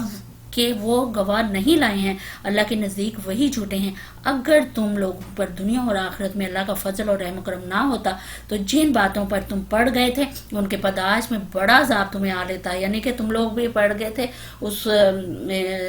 بہتان کا، تم نے مثلا کے شک میں پڑ گئے تھے۔ تو پھر یہاں پہ اللہ تعالیٰ آگاہ کریں کہ اگر اللہ کا رحم ہے، یہ خاص کرم ہے کہ اللہ تعالیٰ نے تم لوگوں کو آگاہ کر دیا کہ یہ جھوٹ ہے۔ ذرا غور تو کرو اس وقت تم کیسی سخت غلطی کر رہے تھے جبکہ تمہاری ایک زبان سے دوسری زبان اس جھوٹ کو لیتی چلی جا رہی تھی، اور تم اپنے منہ سے وہ کچھ کہہ رہے تھے جس کے متعلق تمہیں کوئی علم نہ تھا، تم اسے ایک معمولی بات سمجھ رہے تھے، اللہ کے نزدیک یہ بڑی بات تھی۔ یعنی کہ بہتان جو ہے اللہ کے نزدیک یہ بہت بڑی چیز ہے، اور تم لوگ کہہ رہے ہیں کہ ارے تم لوگ اس چیز کو معمولی سمجھ رہے تھے کہ یعنی اللہ کے قانون میں، اللہ کے قانون کے مطابق، ورنہ ظاہر ہے کہ اللہ کے علم میں تو الزام بجائے خود ایک جھوٹ ہے، اور اس کا جھوٹ ہونا، اس بات پر مبنی نہ ہونا نہ تھا کہ یہ لوگ گواہ نہیں لا رہے ہیں، اور یہ جھوٹ بے بنیاد بات جو ہے وہ کر رہے ہیں، کوئی دلیل نہیں لا رہے، کوئی کچھ نہیں کر رہے، اور پھر اس کے اوپر غلطی تم لوگ یہ کر رہے ہو کہ تم لوگ اس کا کوئی دفاع نہیں کر رہے ہو، تم لوگ خاموش کھڑے ہوئے ہو، خاموش بیٹھے ہوئے ہو، اور پھر بات جو ہے پھیلتی کہاں سے کہاں چلی گئی۔ یعنی اگر اسی وقت تم لوگ روک دیتے، یہ اللہ تعالیٰ تنبیہ کہہ رہے ہیں کہ اگر تم لوگ اسی وقت اس بات کو روک دیتے اور کہہ دیتے کہ یہ تو سری جھوٹ ہے، یہ ہے ہی نہیں ہے اس طرح سے، اور یا پھر یہ کہ گواہ پیش کرو، اگر بہتان لگا رہے تو گواہ پیش کرو، تو یقیناً اتنی بڑی مشکل میں نہ پڑتے، لیکن کیونکہ تم لوگ معمولی سمجھ رہے تھے اس چیز کو، لہٰذا لیکن اللہ جو ہے وہ اللہ کے نزدیک یہ بہت بڑی بات ہے کہ کسی کے اوپر بہتان لگانا. اب ہمارے لیے دیکھیں یہاں پہ کیا سبق نکلتا ہے کہ اللہ کے نزدیک کسی کے اوپر بہتان لگا دینا، کسی کے اوپر تہمت لگا دینا، کسی کے اوپر جھوٹی بات گھڑ دینا، یہ اللہ کے نزدیک کوئی معمولی چیز نہیں ہے، جو ہمارے معاشرے میں سرعام ہم لوگ یہ غلطیاں کر رہے ہوتے ہیں. بغیر سوچے سمجھے، بغیر علم کے، بغیر تحقیق کیے ہم بات کو کہاں سے کہاں پہنچا دیتے ہیں، بہتان کی صورت میں، جھوٹ کی صورت میں. تو یہ اللہ تعالیٰ کے نزدیک سخت ناپسندیدہ چیز ہے. کیوں نہ اسے سنتے ہی تم نے یہ کہہ دیا کہ ہمیں ایسی بات زبان سے نکالنا زیب نہیں دیتا. سبحان اللہ، یہ تو ایک بہتان عظیم ہے. اللہ تم کو نصیحت کرتا ہے کہ آئندہ کبھی ایسی حرکت نہ کرنا اگر تم مومن ہو. اللہ تمہیں صاف صاف ہدایت دیتا ہے اور وہ علیم و حکیم ہے. یعنی اگر تم جانتے ہو کہ وہ مومن ہے تو اس کے بارے میں جب تک تم تحقیق نہ کر لو، جب تک تمہارے سامنے شہادت نہ آ جائے، گواہی نہ آ جائے، تم لوگوں نے یقین نہیں کرنا اس بات کا. جو لوگ چاہتے ہیں کہ ایمان لانے والوں کے گروہ میں فحش پھیلے اور وہ دنیا اور آخرت میں دردناک سزا کے مستحق ہیں، اللہ جانتا ہے اور تم نہیں جانتے. اگر اللہ کا فضل اور اس کا رحم و کرم تم پر نہ ہوتا اور یہ بات نہ ہوتی کہ اللہ بڑا شفیق و رحیم ہے، تو یہ چیز جو ابھی تمہارے اندر پھیلائی گئی تھی بدترین نتائج دکھا دیتی. یعنی جو ابھی یہ واقعہ ہوا ہے، یہ جو حضرت عائشہ پہ بہتان لگا ہے، اللہ تعالیٰ کہہ رہے ہیں کہ اگر اللہ کا فضل و کرم نہ ہوتا تو یہ ایک جس کو تم عام سی چیز سمجھ رہے تھے، کوئی اہمیت نہیں دے رہے تھے، یہ ایک اس کا نتائج جو ہیں بڑے برے، بہت برے ہوتے. تو لہٰذا اللہ تعالیٰ نے وقت کے اوپر اس کو وہ کر دیا، دفع کر دیا. اے لوگو جو ایمان لائے، شیطان کے نقش قدم پر نہ چلو. اس کی پیروی کوئی کرے گا تو وہ اسے فحش اور بدی کی کا حکم دے گا. اگر اللہ کا فضل اور اس کا رحم و کرم تم پر نہ ہوتا تو تم میں سے کوئی شخص پاک نہ ہو سکتا، مگر اللہ ہی جسے چاہتا ہے پاک کر دیتا ہے. اور اللہ سننے والا اور جاننے والا. یہ بھی اللہ تعالیٰ کا ایک بہت بڑا احسان ہے. بہت اللہ تعالیٰ کا شکر ادا کرنا چاہیے. اور اللہ تعالیٰ کا احسان بھی ہے یہ کہ اللہ تعالیٰ بدی کے کاموں کی طرف جانے سے، کیونکہ شیطان تو ہر وقت بدی کا اور فحش کام کا جو ہے حکم دیتا ہے، اور ہر وقت اس طرف آپ کی توجہ، آپ کا دھیان اور آپ کی اس طرف وہ خوشنما بنا کے اس چیز کو ظاہر کرتا ہے. تو اللہ تعالیٰ کہہ رہے ہیں کہ یہ اللہ کا خاص کرم ہے ایسے لوگوں کے اوپر جو کہ اس طرف نہیں جھکتے، اس طرف نہیں جاتے، اس طرف نہیں. تو یہ اللہ تعالیٰ کا شکر ادا کرنا چاہیے اس چیز کے لیے بھی. تم میں سے جو لوگ صاحب فضل اور صاحب مقدرت ہیں وہ اس بات کی قسم نہ کھا بیٹھیں کہ اپنے رشتہ دار، مسکین اور مہاجر فی سبیل اللہ لوگوں کی مدد نہ کریں گے. انہیں معاف کر دینا چاہیے اور درگزر کرنا چاہیے. کیا تم نہیں چاہتے کہ اللہ تمہیں معاف کرے؟ اور اللہ کی صفت یہ ہے کہ وہ غفور اور رحیم ہے. یعنی یہ بھی اسی چیز کے سلسلے میں کڑی جا کے ملتی ہے، اسی واقعے کے ساتھ ذرا، کہ جب اللہ تعالیٰ نے ہماری برات، حضرت عائشہ کہتی ہیں کہ جب اللہ تعالیٰ نے برات کر دی، اللہ تعالیٰ نے بتا دیا کہ یہ جو ہے غلط ہے، یہ تہمت لگائی گئی ہے، تو حضرت ابوبکر صدیق نے قسم کھا لی تھی اس واقعہ کو اس طرح سے مختصر کہ جتنے بھی اساسی باتیں ہیں، میں جنہوں نے میری بیٹی کے اوپر بہتان لگایا میں ان کو نہیں دوں گا، کیونکہ انہوں نے نہ رشتہ داری کا کوئی لحاظ کیا ہے، نہ ان احسانات ہی کی کچھ شرم کی ہے جو وہ ساری عمر ان پر کرتے رہے ہیں اور ان کے خاندان پر کرتے رہے ہیں. اس پر پھر یہ آیت جو ہے نازل ہوئی تھی، اور اس کو سنتے ہی پھر حضرت ابوبکر نے فوراً کہا تھا، اللہ تعالیٰ سے معافی مانگی تھی اور کہا تھا کہ واللہ ضرور ہم چاہتے ہیں کہ ہمارے رب تو ہماری خطائیں معاف کر دے. چنانچہ آپ نے پھر توبہ کر لی اور پھر ان لوگوں کی مدد کی، اور پہلے سے بھی زیادہ جب اللہ تعالیٰ کی طرف سے یہ حکم آ گیا تو پھر حضرت ابوبکر صدیق نے پہلے سے بھی زیادہ ان کی مدد کرنا شروع کر دی، پہلے سے بھی زیادہ ان کے اوپر احسانات جو ہیں وہ کرنا شروع کر دیے. حضرت عبداللہ بن عباس کی بھی روایت ہے کہ یہ قسم حضرت ابوبکر کے علاوہ بعض اور صحابہ نے بھی کھا لی تھی کہ جنہوں نے بہتان لگایا تھا، جنہوں نے باتیں کی تھی، اور جن لوگوں نے اس بہتان میں حصہ لیا تھا ان میں وہ کوئی مدد ان کی نہیں کریں گے. تو پھر اس آیت کے نازل ہونے کے بعد ان سب نے اس عہد سے رجوع کر لیا، اور اس طرح پھر آنن فانن تلخی جو ہے وہ غلطی جو ہے وہ دور ہو گئی، اور اس فتنے نے پھیلا دی تھی اور پھر انہوں نے توبہ کی اور استغفار کیا اور اللہ تعالیٰ کی طرف پلٹ آئے. اس سے اور بھی کئی کڑیاں، کئی واقعات جو ہیں ملتے جلتے ہیں، لیکن بہرحال مختصر یہ کہ حضرت ابوبکر صدیق نے جو قسم کھائی تھی کہ اپنے رشتہ داروں ان کی مدد نہیں کریں گے، لہٰذا جب اللہ تعالیٰ نے کہہ دیا، یہ آیت نازل کر دی، تو پھر وہ مزید احسان کا معاملہ ان کے ساتھ کرنا شروع ہو گئے. پھر اللہ تعالیٰ فرما رہے ہیں جو لوگ پاک دامن ہیں، بے خبر ہیں، مومن عورتوں پر تہمتیں لگاتے ہیں، ان پر دنیا اور آخرت کی لعنت کی گئی ہے اور ان کے لیے بڑا عذاب ہے۔ وہ اس دین کو بھول نہ جائیں جبکہ ان کی اپنی زبانیں اور ان کے اپنے ہاتھ پاؤں ان کے کرتوتوں کی گواہی دیں گے۔ اس دن اللہ وہ بدلہ انہیں بھرپور دے دے گا جس کے وہ مستحق ہیں، اور انہیں معلوم ہو جائے گا کہ اللہ ہی حق ہے، سچ کو سچ کر دکھانے والا۔ خبیث عورتیں خبیث مردوں کے لیے ہیں اور خبیث مرد خبیث عورتوں کے لیے ہیں۔ پاکیزہ عورتیں پاکیزہ مردوں کے لیے اور پاکیزہ مرد پاکیزہ عورتوں کے لیے ہیں۔ ان کا دامن پاک ہے ان باتوں سے جو بنانے والے بناتے ہیں۔ یعنی اب یہ جوڑوں کی صورت میں یہ چیز کہہ دی گئی ہے کہ خبیث کا جوڑا خبیثوں کی ساتھ لگتا ہے اور پاکیزہ لوگ جو ہیں پاکیزہ لوگوں کے لیے ہی مناسب رہتے ہیں۔ اور یہ اللہ تعالیٰ یہاں پہ فرما رہے ہیں کہ اس طریقے سے جوڑے جو ہیں وہ بناؤ، ان کے لیے مغفرت ہے اور اس کریم ہے۔ اے لوگو جو ایمان لائے ہو، اپنے گھروں کے سوا دوسرے گھروں میں داخل نہ ہوا کرو جب تک کہ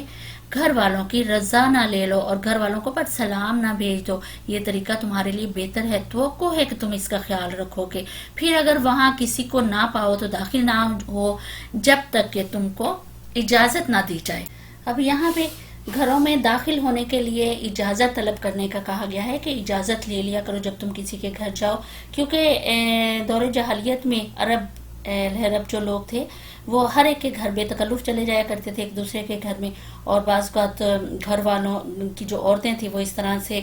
کسی بھی کنڈیشن میں ظاہر انسان بیٹھا ہوا ہوتا ہے، تو پھر یہ ٹھیک بات نہیں تھی اور یہ آداب و قواعد کے خلاف بھی تھی یہ بات۔ تو اس پر پھر نبی پاک صلی اللہ علیہ وسلم نے اللہ تعالیٰ نے کہا کہ اجازت لے کے گھروں میں داخل ہو، تو نبی پاک صلی اللہ علیہ وسلم نے مزید کہا کہ نہ صرف یہ کہ دوسروں کے گھروں میں اجازت لے کے بلکہ اپنے گھروں میں بھی جاتے وقت ضرور جو ہے وہ اجازت لے لیا کرو۔ تو یہ یہاں پہ کہا جا رہا ہے۔ اور پھر یہ کہ حضور پاک صلی اللہ علیہ وسلم نے بھی تخلیہ کے اس حق کو صرف گھروں میں داخل ہونے کے سوال تک محدود نہیں رکھا بلکہ اسے ایک عام حق قرار دے دیا، جس کے دوسروں کے گھروں میں جھانکنا، باہر سے نگاہ ڈالنا، حتیٰ کہ دوسروں کا خط اس کی اجازت کے بغیر پڑھنا بھی، یعنی باریکیوں میں اگر پھر جانا شروع کریں تو وہ بھی نبی پاک صلی اللہ علیہ وسلم نے منع کر دیا تھا۔ ایک اور جگہ پہ نبی پاک صلی اللہ علیہ وسلم نے حضرت سبحان جو نبی پاک صلی اللہ علیہ وسلم کے ذات کردہ غلام تھے، ان کی روایت ہے کہ حضور پاک صلی اللہ علیہ وسلم نے فرمایا جب نگاہ داخل ہو گئی تو پھر خود داخل ہونے کے لیے اجازت مانگنے کا کیا موقع رہا، کہ یعنی نگاہ تک ہم نے نہیں ڈالنی، کہ جھانک کے نہیں دیکھنا۔ پھر کہتے ہیں کہ ایک شخص نبی پاک صلی اللہ علیہ وسلم کے ہاں حاضر ہوا اور عین دروازے پر کھڑا ہو کر اجازت مانگنے لگا۔ حضور پاک صلی اللہ علیہ وسلم نے اسے فرمایا کہ پرے ہٹ کر کھڑے ہو، اجازت مانگنے کا حکم تو اس لیے ہے کہ نگاہ نہ پڑے، یعنی نگاہ کو کہا گیا ہے اجازت لینا، کہ انسان داخلے سے پہلے نگاہ ڈالنے سے پہلے جو ہے وہ اجازت طلب ضرور کرے۔ تو لہٰذا ہمارے لیے بھی یہاں ایک بڑا اصول ہے کہ اجازت لیے بغیر جو ہے ہم بغیر اجازت کے دوسروں کے گھر میں چلے جاتے ہیں، بغیر اگر ہم اپنے معاشرے میں لے کے بن بتائے، یہ بھی ایک چیز ہے کہ بن بتائے ہم لوگ چلے جانا، اور تانکا جھانکی جو ہے ہماری عادت ہے وہ کرتے رہنا کہ کیا ہو رہا ہے کیا نہیں، خاص طور پہ کمبائن فیملی میں یہ زیادہ چیز جو ہے وہ ہوتی ہے۔ تو بہرحال اللہ تعالیٰ نے اس چیز سے منع کیا ہے اور کہا ہے کہ اگر تم سے کہا جائے کہ واپس چلے جاؤ تو واپس ہو جاؤ، یہ تمہارے لیے زیادہ پاکیزہ طریقہ ہے، یعنی کہ کوئی دل میں میل لیے بغیر واپس پلٹ جاؤ، اور جو کچھ تم کرتے ہو اللہ اس سے خوب جانتے ہیں۔ البتہ تمہارے لیے اس میں کوئی مذائقہ نہیں ہے کہ ایسے گھروں میں داخل ہو جاؤ جو کسی کے رہنے کی جگہ نہ ہو اور جن میں تمہارے فائدے یا کوئی کام یا کوئی چیز ہو، تم جو کچھ ظاہر کرتے ہو جو کچھ چھپاتے ہو سب کی اللہ کو خبر ہے۔ یعنی نبی پاک صلی اللہ علیہ وسلم نے تو یہاں تک کہا ہے کہ اگر تم اپنی ماں کے پاس بھی جاتے ہو، ایک صحابی نے بھی پوچھا کہ میں اگر اپنی ماں کے پاس بھی جاؤں تو پھر بھی اس کی بھی مجھے اجازت لینی پڑے گی، تو نبی پاک صلی اللہ علیہ وسلم نے کہا کہ ہاں تمہیں اجازت لینی پڑے گی، تو انہوں نے کہا کہ میں ہی ان کی خدمت کرتا ہوں، یعنی مفہوم کچھ اس طرح ہے کہ میں ہی ان کی خدمت کرتا ہوں، تو پھر میں ہر دفعہ اجازت لوں۔ تو آپ صلی اللہ علیہ وسلم نے کہا کہ کیا تو پسند کرتا ہے کہ اپنی ماں کو برا نہ دیکھ، یعنی کہ وہ کسی بھی کنڈیشن میں ہو سکتی ہے، تو لہٰذا اپنی ماں بہنوں کے پاس بھی جاؤ تو اجازت لے کے جاؤ۔ تو کسی بھی کنڈیشن میں کسی بھی اس میں انسان ہو سکتا ہے کوئی مثلا، تو اس وجہ سے اجازت لینی جو ہے وہ ضروری کہا گیا ہے، اور یہاں پہ بھی یہی بات جو ہے وہ کہی جا رہی ہے۔ اور پھر مزید کہا کہ ایسے گھروں میں داخل ہو جاؤ جو کسی کے رہنے کی جگہ نہ ہو اور جن میں تمہارے فائدے یا کام کی کوئی چیز ہو، تم جو کچھ ظاہر کرتے ہو، جو کچھ چھپاتے ہو، سب کی اللہ کو خبر ہے۔ اے نبی صلی اللہ علیہ وسلم، مومن مردوں سے کہو کہ اپنی نظریں بچھا کر رکھیں۔ اب یہاں پہ نظروں کا جو ایک سوال ہے، نظر کا، کہ نظر بچھا کے رکھیں اور اپنی شرمگاہوں کی حفاظت کریں۔ اب یہ بہت بڑی بات ہے اور بہت گہری اس میں بات ہے کہ نظر کو بچا کے رکھنا اور نظر شرمگاہوں کی حفاظت کرنا، کہ یعنی ناجائز جو تعلقات، جو اس طرح کی خواہشات ہیں، وہ اس چیز سے انسان جو ہے پرہیز کرے اور اس چیز کو اپنے دل میں نہ آنے دے۔ پھر اپنے سطر کو دوسروں کے سامنے کھولنے سے پرہیز کرے۔ پھر مرد کے لیے سطر کی جو اللہ تعالیٰ نے حدود بتائی ہیں، یا عورت کے لیے جو حدود بتائی ہیں اللہ تعالیٰ نے، اس کی بھی حفاظت کرے، اس کے اندر رہے۔ یعنی یہ ساری جو چیزیں اللہ تعالیٰ بتا رہے ہیں، یہ کھول کھول کے اللہ تعالیٰ اسی لیے پہلی آیت میں اللہ تعالیٰ نے کہہ دیا تھا کہ یہ فرض کر دی گئی ہیں، یہ حقیقت ہے، ایسا کرنا تمہارے اوپر فرض ہے کہ یہ چیزیں جو ہیں۔ تو یہاں کہا جا رہا ہے کہ نظروں کو بچا کے رکھو، یعنی اے مومن مردوں اپنی نظروں کو کہ بلا وجہ ادھر ادھر جھانکتے نہ پڑے ہو تم لوگ، اور پھر سب سے بڑھ کے یہ کہ اپنی شرم گاہوں کی حفاظت کرو، کیونکہ یہ ایک بہت اہم چیز ہے شرم گاہ کی حفاظت۔ پھر کہا جا رہا ہے ان کے لیے زیادہ پکیزہ طریقہ ہے، جو کچھ وہ کرتے ہیں اللہ اس سے باخبر رہتا ہے۔ اے نبی صلی اللہ علیہ وسلم، مومن عورتوں سے کہہ دو کہ اپنی نظریں بچھا کر رکھیں، یعنی ادھر مردوں سے کہا گیا کہ اپنی نظریں بچھا کے رکھیں، ادھر مومن عورتوں سے کہا گیا کہ اپنی نظریں، کیونکہ نظروں کو اگر بچا کے نہیں رکھا جائے گا، نظروں کی اگر حفاظت نہیں کی جائے گی، تو بہت زیادہ برائیاں، بہت زیادہ فتنے رونما ہونا شروع ہو جائیں گے، جو کہ آج کل ہمارے معاشرے میں ہو رہے ہیں۔ یہ صرف اور صرف اسی وجہ سے ہے۔ اور پھر پیچھے بات دیکھیں کہاں سے کہاں تک پہنچ جاتی ہے، کہ وہی سارا زنا والا معاملہ، وہی ساری برائی، بدکاری، الزام، بہتان، یہ ساری چیزیں جو ہیں ایک کڑی کی طرح جوڑی ہوئی ہیں۔ تو لہٰذا ان چیزوں سے بچنے کا ہمیں حکم دیا گیا ہے۔ اور پھر جس طرح مردوں کو کہا گیا، اسی طرح عورتوں کو بھی کہا گیا کہ اے نبی صلی اللہ علیہ وسلم، مومن عورتوں سے کہہ دو کہ اپنی نظریں بچا کر رکھیں اور اپنی شرمگاہوں کی حفاظت کریں اور اپنا بناؤ سنگار نہ دکھائیں، جبکہ آج کل تو گزارا ہی نہیں ہے بناؤ سنگار دکھانے بغیر۔ تو اس چیز کا ہمیں محتاط رہنا ہے، بجز اس کے جو خود ظاہر ہو جائے، اور اپنے سینوں پر اپنی اوڑھنیوں کے آنچل ڈالے رہیں، وہ اپنا بناؤ سنگار نہ ظاہر کریں مگر ان لوگوں کے سامنے شوہر، یعنی ایک اب بتا دیے کہ کس کے سامنے جو ہیں ہم لوگ جا سکتے ہیں، شوہر، باپ، شوہروں کے باپ، اپنے بیٹے، شوہروں کے بیٹے، بھائی، بھائیوں کے بیٹے،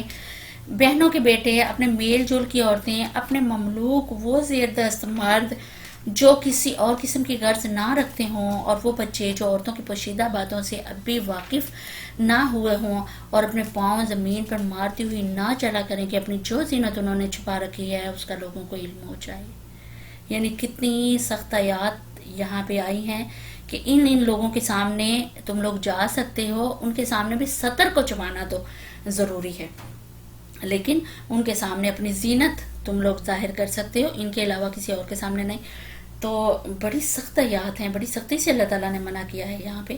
اور پھر دوسری بات یہ کہی ہے کہ اپنی زینت چھپاؤ، جو زینت تم جو خود بخود ظاہر ہو جائے اس کا تو کوئی پوچھنے گیچ نہیں ہوگی۔ اور پھر زمین پہ پاؤں نہ پٹکتی مارو، یعنی یوں چھمک چلو کی طرح نہ چلتی پھرو کہ لوگ آپ کی طرف متوجہ ہوں۔ آپ نے دیکھا بعض لوگوں کی زبان، آواز میں بھی لوگ اپنی اس طرح کی وہ پیدا کر لیتے ہیں کہ آواز اس طرح سے لگاتے ہیں کہ اس میں ایک لچک، ایک دکھاوا، ایک خوبصورتی جو ہے وہ ڈال دیں، تو اس سے بھی لوگوں کو متاثر کرنا۔ تو بیسک جو یہاں پہ بات بتائی جا رہی ہے وہ یہی بتائی جا رہی ہے کہ چھپانا، پوشیدہ اعضاء کو چھپا کے رکھنا، اور کیونکہ عورت کا خود مطلب ہی پڑتا ہے، تو لہٰذا اس کم از کم اس معنی کی تو ہمیں لاج رکھنی چاہیے نا۔ تو یہ گہرائی میں جائیں تو بہت گہرائی میں انسان چلا جائے، کہ جتنی گہرائی میں جا کے اللہ تعالیٰ نے یہاں بات کی گئی ہے۔ بہرحال یہ کہ مختصراً یہ کہ اپنی زینت کو چھپانا ہے، اور جن جن لوگوں کے سامنے اللہ نے جانے کا حکم دیا ہے ان کے سامنے ہمیں جانا چاہیے۔ باقی اللہ تعالیٰ سے معافی بھی مانگنی چاہیے کہ اللہ تعالیٰ ہماری مغفرت فرمائے۔ اے مومنو، تم سب مل کر اللہ سے توبہ کرو، توقع ہے کہ فلاح پاؤ گے، یعنی اب معافی جو ہے اگر غلطیاں ہوتی ہیں تو پھر پلٹنا، معافی کر، توبہ اللہ تعالیٰ کی طرف سے توبہ کرنا۔ تم میں سے جو لوگ مجرد ہوں اور تمہاری لونڈیاں غلاموں میں سے جو صالحہ ہوں ان کے نکاح کر دو، اگر وہ غریب ہوں تو اللہ اپنے فضل سے ان کو غنی کر دے گا. اللہ بڑی وسعت والا اور علیم ہے. اور جو نکاح کا موقع نہ پائیں انہیں چاہے کہ عفت مآبی اختیار کریں یہاں تک کہ اللہ اپنا فضل ان سے ان کو غنی کر دے. یعنی کہ اب نکاح کا معاملہ جو ہے وہ ہو گیا کہ نکاح کر دو. جو ان کے والی وارث ہیں اگر وہ اس عمر کو پہنچ گئے ہیں تو نکاح کر دو. اگر غریب ہے وہ نکاح نہیں کر سکتا اس طرح تو پھر اسے اپنے اس کو بچانے کے لیے کچھ اور پھر اللہ تعالیٰ جو ہے وہ جب تک اس کا نکاح نہیں ہو جاتا تو اس کو پھر حفاظت کرنی ہے اپنے آپ کی.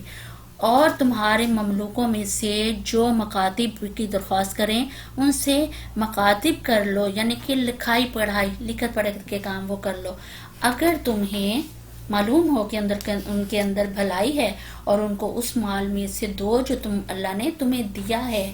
اور اپنی لونڈیوں کو اپنے دنیوی کاموں کی خاطر قبا گری میں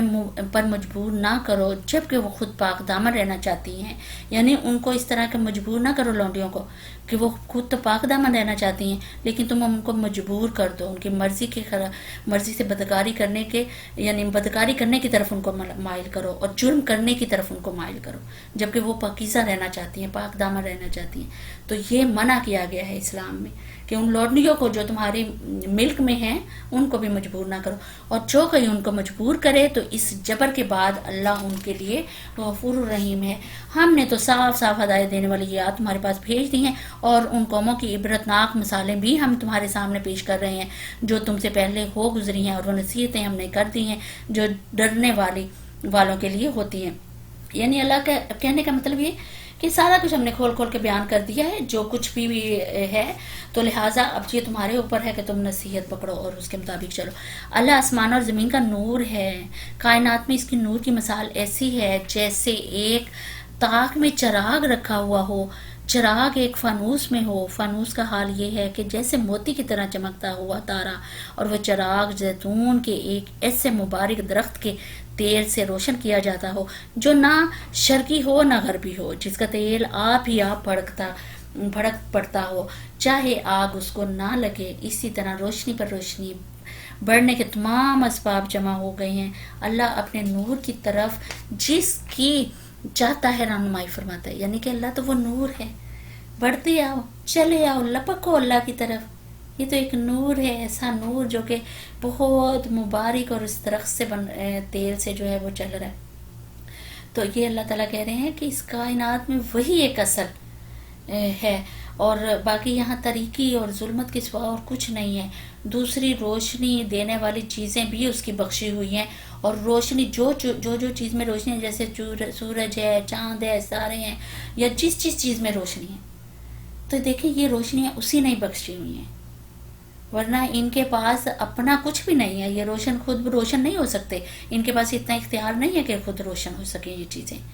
بلکہ اللہ نے ہی اپنے نور سے ان کو روشن کیا ہوا ہے. تو اللہ پھر کیوں نہ اگر اللہ کی طرف آئیں گے اللہ کے نور کی طرف بڑھیں گے وہ پھر کیوں نہیں ظلمت سے اور تاریکی سے ہمیں روشنی کی طرف لے کے آ جائے گا. تو یہ اللہ تعالیٰ نے ایک مثال بیان کی ہے کہ اس کی فانوس سے اس کو تشبیہ دی گئی ہے اور کہا گیا ہے کہ اللہ کی ذات کو اور طاق سے کائنات کو تشبیہ جو ہے کر دیا گیا چراغ کو تو یہ چیز اللہ تعالیٰ نے بتائی ہے کہ پھر جو لینا چاہتا ہے وہ لے اس نور کو حاصل کر لے اس نور کو. وہ لوگوں کو مثالوں سے بات سمجھاتا ہے. وہ ہر چیز سے خوب واقف ہے. اس کے نور کی طرف ہدایت پانے والے ان گھروں میں پائے جاتے ہیں جنہیں بلند کرنے کا اور جن میں اپنے نام کی یاد کا اللہ نے اذن دیا ہے. یعنی ان گھروں میں اللہ کا چراغ جو ہے وہ روشن ہوتا ہے. وہ جانتا ہے کہ کون اس نعمت کا مستحق ہے. اللہ تعالیٰ جی ہمیں بھی اس نعمت کا مستحق بنا دیں ہم بھی اس چراغ سے جو ہے مستفید ہو سکیں. اور وہ کون نہیں ہے جو شخص نور حق کا طالب ہی نہ ہو اور ہر وقت اس کی جب خواہشات ہی دنیا کی زندگی کے لیے لگی رہیں گی اور دنیا میں پڑا رہے گا تو پھر وہ کیسے نور کی طلب کرے گا اور اس نور میں کیسے وہ آئے گا اور پھر نور میں نہیں آئے گا تو پھر اللہ رہنمائی کیسے کرے گا. بہرحال ہمیں اللہ کے نور کی طرف بڑھنا ہے ہمیں کوششیں کرنی ہیں. پھر اللہ تعالیٰ فرما رہے ہیں ان میں سے ایسے لوگ صبح شام اس کی تسبیح کرتے ہیں جنہیں تجارت اور خرید و فروخت اللہ کی یاد سے اور اقامت نماز و ادائے زکوٰۃ سے غافل نہیں کر دیتی. یعنی یہ چیزیں بھی غافل نہیں کرتی. تجارت جتنا مرضی اس کا کاروبار پھل پھول لائے لیکن اس نے نماز جو ہے اپنے وقت پہ پڑھنی ہے. زکوٰۃ سے بھی وہ غافل نہیں ہے. وہ اس دن سے ڈرتے رہتے ہیں کہ جس میں دل الٹنے اور دیدے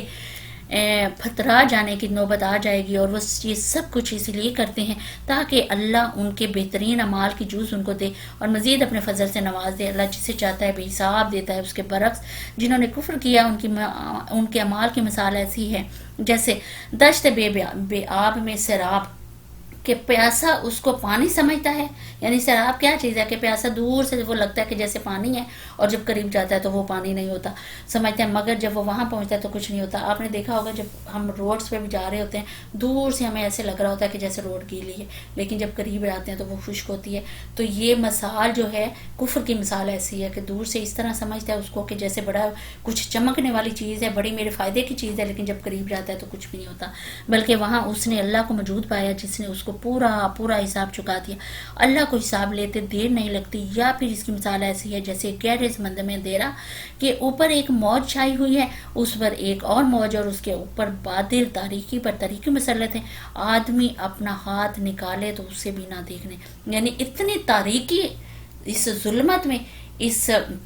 اللہ کی نافرمانی میں اتنی زیادہ طریقے ہیں کہ اللہ تعالیٰ کہہ رہے ہیں کہ اس کو اپنا ہاتھ تک جو ہے نہیں اس کو پتہ چلتا کہ یہ میرا ہاتھ ہے۔ تو یہ ہے کفرانہ چیزیں جو ہیں جو اللہ کے نور سے انکار کرتے ہیں۔ جسے اللہ نور نہ بخشے اس کے لیے پھر کوئی نور نہیں۔ کیا تم دیکھتے نہیں ہو کہ اللہ کی تسبیح کر رہے ہیں وہ سب جو آسمان اور زمین میں؟ اب یہاں پہ پھر توحید کا جو ہے سبق دیا جا رہا ہے، اور وہ پرندے جو پر پھلائے اڑ رہے ہیں، ہر ایک اپنی نماز اور تسبیح کا طریقہ جانتا ہے، اور یہ سب کچھ جو کچھ کرتے ہیں اللہ اس سے باخبر رہتا ہے۔ آسمان اور زمین کے بادشاہی اللہ ہی کے لیے ہے، اور اس کی طرف سب کو پلٹنا ہے۔ کیا تم دیکھتے نہیں ہو کہ اللہ بادل کو آہستہ آہستہ چلاتا ہے، پھر اس کے ٹکڑوں کو باہم جوڑتا ہے، پھر اسے سمیٹ کر ایک کثیف ابر بنا دیتا ہے؟ یعنی کس طریقے سے بارش جو ہوتی ہے، آج سائنس جو ہے وہ بتاتی ہے کہ بارش جو ہے ایسے ہوتی ہے۔ حالانکہ یہ سب اللہ کی کرامات ہیں، اللہ کی قدرتیں ہیں سب۔ پھر تم دیکھتے ہو کہ اس کے خول میں سے بارش کے قطرے ٹپکتے چلے آتے ہیں، اور وہ آسمان سے ان پہاڑوں کی بدولت جو اس میں بلند ہے اولے برساتا ہے، پھر جسے چاہتا ہے ان کا نقصان پہنچاتا ہے، اور جسے چاہتا ہے ان سے بچا لیتا ہے۔ اس کی بجلی کی چمک نگاہوں کو خیرہ کیا دیتی ہے، رات اور دن کا الٹ پھیر وہی کر رہا ہے۔ اس میں ایک سبق ہے آنکھوں والوں کے لیے۔ آج دیکھیں ہم اگر سائنس کے اوپر کریں تو سائنس کتنی دور تک کرتی ہے کہ یہ ہوا ہے، یہ ہوا ہے، حالانکہ ہمارے نبی نے تو اتنے ہزاروں سال پہلے سب کچھ بتا دیا تھا کہ اللہ نے اس کو ایسے کر کے بنایا ان چیزوں کو۔ اور اللہ نے ہر جاندار ایک طرح کے پانی سے پیدا کیا، کوئی پیٹ کے بل چل رہا ہے تو کوئی 2 ٹانگوں پر اور کوئی 4 ٹانگوں پر، جو کچھ وہ چاہتا ہے پیدا کرتا ہے، وہ ہر چیز پر قادر ہے۔ یعنی کہ ہر پانی سے تو ایک ہی پیدا کیا طرح سے، لیکن پھر بھی دیکھیں کہ جب وہ پیدا کر دیتا ہے تو اس کے بعد وہ مختلف ہی اس کی صورتیں جو ہیں وہ نکلتی ہیں۔ ہم نے صاف حقیقت بتانے والی آیات نازل کر دی ہیں، آگے صراط مستقیم کی طرف ہدایت اللہ ہی سے چاہتا ہے دیتا ہے، یعنی صرف اللہ کے اختیار میں ہے، لیکن اسی کو اللہ ہدایت دیتا ہے جو خود ہدایت جو ہے وہ لینا چاہتا ہے۔ یہ لوگ کہتے ہیں کہ ہم ایمان لائے اللہ اور رسول پر اور ہم نے اطاعت قبول کی، مگر اس کے بعد ان میں سے ایک گروہ اطاعت سے منہ پھیر لیتا ہے۔ یعنی برے لوگ، نافرمانی کرنے والوں کا ذکر یہاں پہ کیا جا رہا ہے۔ برے لوگوں کا یہ کون سا گروہ ہے جس کا ذکر یہاں کیا جا رہا ہے کہ جو منہ پھیر لیتے ہیں؟ منافقین جو ہیں اور کفار جو ہیں، ایسے لوگ ہرگز مومن نہیں ہوں گے۔ یعنی کہ وہ انہوں نے جھوٹ کہا کہ جب کہا کہ ہم ایمان لائے اور پھر ہم نے اطاعت قبول کر لی، تو یہ سب سے بڑی منافقت کی نشانی ہے۔ اس گروہ کا ذکر یہاں کیا جا رہا ہے۔ جب ان کو بلایا جاتا ہے کہ اللہ اور رسول کی طرف تاکہ رسول ان کے آپس کے مقدمے کا فیصلہ کریں، تو ان میں سے ایک فریق کتراتا ہے، یعنی پیچھے پیچھے بھاگتا ہے، جیسے ہم نے پیچھے بھی پڑھا ہے کہ کس طریقے سے وہ کتراتے ہیں نبی پاک صلی اللہ علیہ وسلم کے سامنے آنے سے، کہ کہیں یہ ہمیں باتیں نہ بتانی شروع کر دے، اور کہیں یہ ہمیں مقدمے کا جو فیصلہ ہے وہ کرنے نہ شروع کر۔ البتہ اگر حق ان کی موافقت میں ہو تو رسول کے پاس بڑے اطاعت کیش بن کر آ جاتے ہیں۔ یعنی کہ اگر جو مقدمے جو ہے نبی پاک صلی اللہ علیہ وسلم کے پاس لے کے آتے ہیں، تو اگر فیصلہ ان کے حق میں ہو جاتا ہے تو پھر تو بڑے وہ ماننے کا وہ کرنا شروع ہو جاتے ہیں، لیکن اگر اس کے خلاف ہوتا ہے تو پھر وہ بھاگتے ہیں اس چیز سے، پھر اس چیز کو مانتے نہیں ہیں۔ تو یہاں یہ کہا جا رہا ہے کہ اللہ اور رسول کی اطاعت پوری کی پوری حق ہے، پوری کی پوری۔ تو یہاں ہمارے بھی محاسبے کا ٹائم ہے، ہمیں اپنا بھی محاسبہ کرنا ہے کہ ہم علم حاصل نہیں کرتے، علم جو ہے ہم نے حاصل کرنا ہے تاکہ ہم صحیح بات کو پہچان سکیں کہ کیا اللہ اور اس کے رسول نے کہا ہے، کیا ان کے دلوں کو منافقت کا روگ لگا ہوا ہے، یا یہ شک میں پڑے ہوئے ہیں، یا ان کو یہ خوف ہے کہ اللہ اور اس کا رسول ان پر ظلم کرے گا۔ اصل بات یہ ہے کہ ظالم تو یہ لوگ خود ہیں۔ ایمان لانے والوں کا کام تو یہ ہے کہ جب وہ اللہ اور اس کے رسول کی طرف بلائے جائیں تاکہ رسول ان کے مقدمے کا فیصلہ کرے تو وہ کہیں کہ ہم نے سنا اور اطاعت کی۔ ایسے ہی لوگ فلاح پانے والے ہیں اور کامیاب وہی ہیں جو اللہ اور اس کے رسول کی فرمانبرداری کریں اور اللہ سے ڈرے اور اس کی نافرمانی سے بچے۔ یعنی کہ اللہ کے رسول نے اگر کہہ دیا کہ یہ مقدمہ اس طریقے سے اس کا فیصلہ ہے تو لہٰذا وہی حق والے ہیں جنہوں نے کہہ دیا، سنا اور پھر اطاعت کی، پھر مان لیا کہ واقعی یہ حق ہے۔ یہ منافقین اللہ کے نام سے کڑی کڑی قسمیں کھا کر کہتے ہیں کہ آپ حکم دیں تو ہم گھروں سے نکل کھڑے ہوں، ان سے کہو قسمیں نہ کھاؤ، تمہاری اطاعت کا حال معلوم ہے، تمہارے کرتوتوں سے اللہ بے خبر نہیں ہے، کہو اللہ کے متی بنو اور رسول کے تابع فرمان بن کر رہو۔ لیکن اگر تم منہ پھیرتے ہو تو خوب سمجھ لو کہ رسول پر جس فرض کا بار رکھا گیا ہے اس کا ذمہ دار وہ ہے، اور تم پر جس فرض کا بار ڈالا گیا ہے اس کے ذمہ دار تم ہے۔ اس کی اطاعت کرو گے تو خود ہی ہدایت پاؤ گے، ورنہ رسول کی ذمہ داری اس سے زیادہ کچھ نہیں ہے کہ صاف صاف حکم پہنچا دیں۔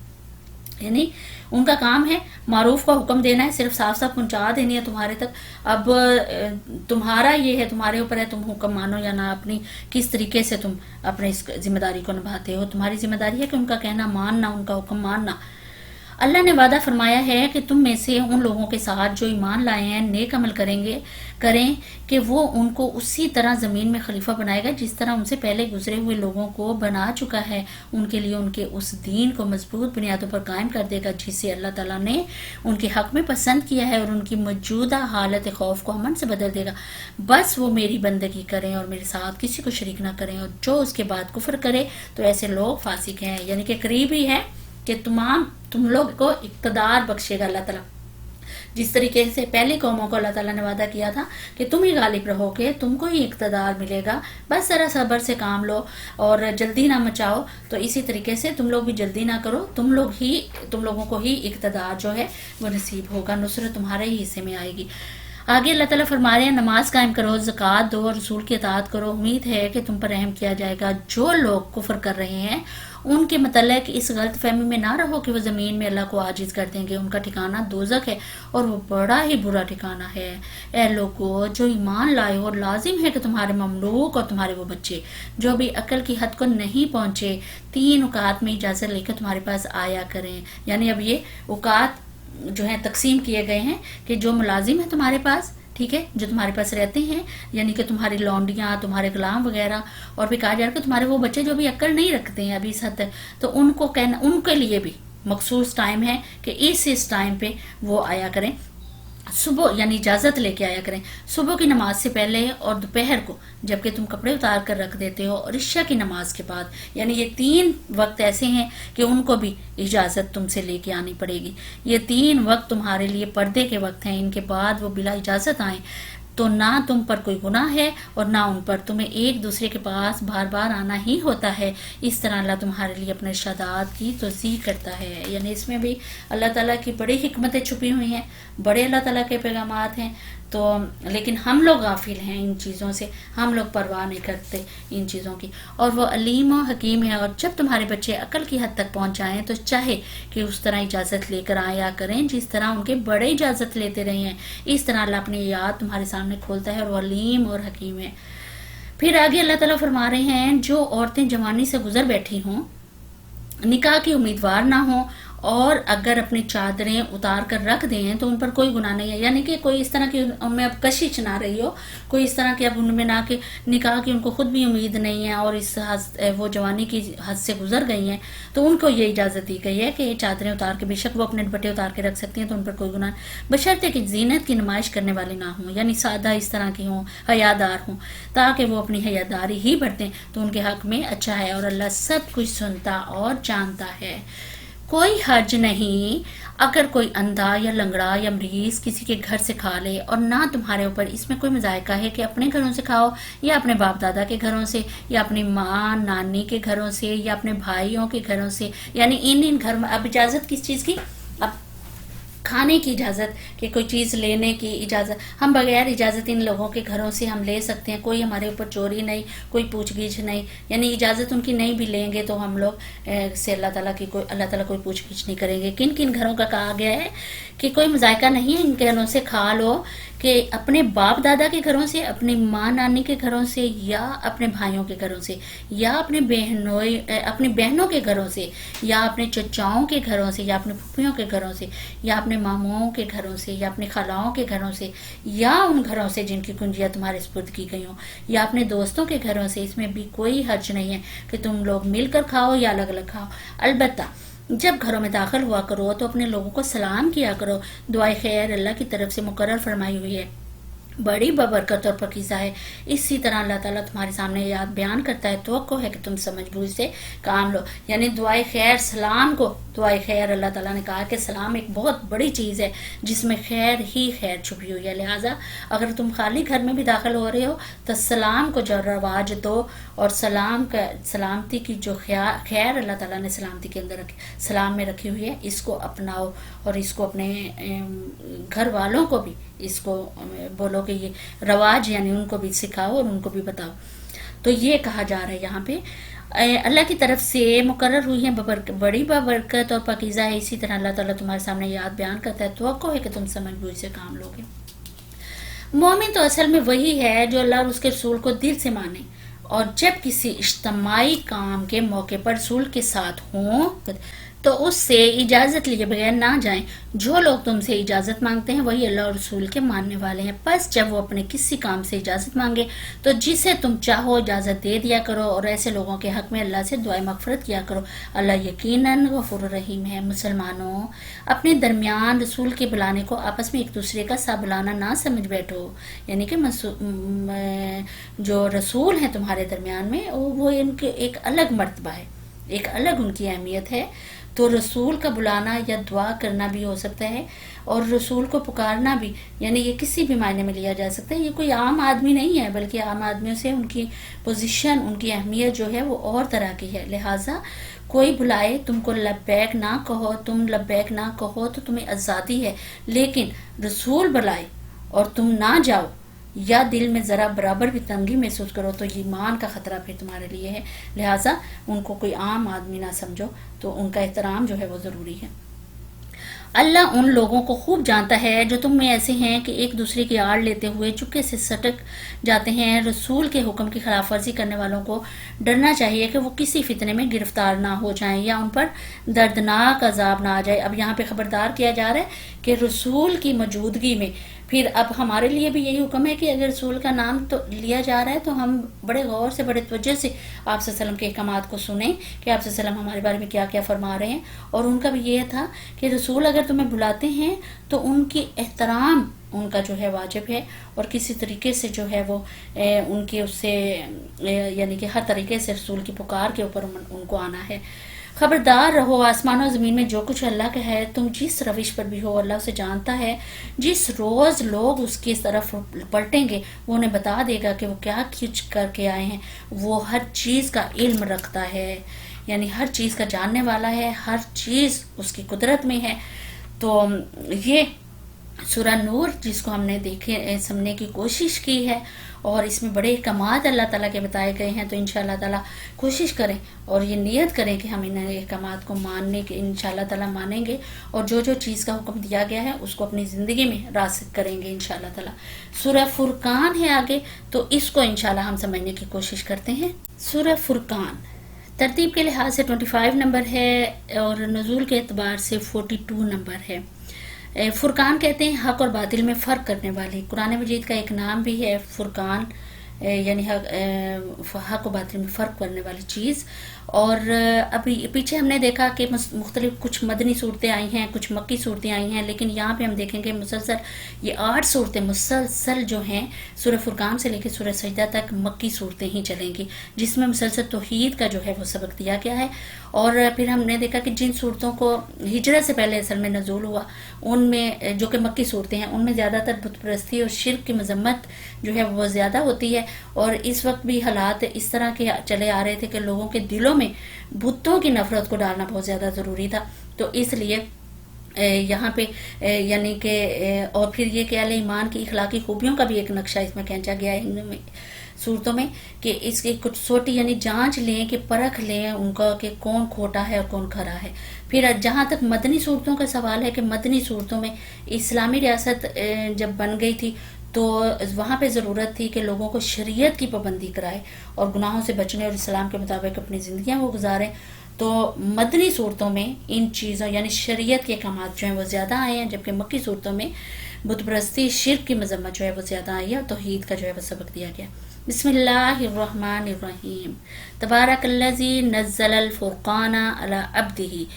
نہایت متبرک ہے وہ جس نے یہ فرقان اپنے بندے پر نازل کیا، یعنی بڑا محسن ہے،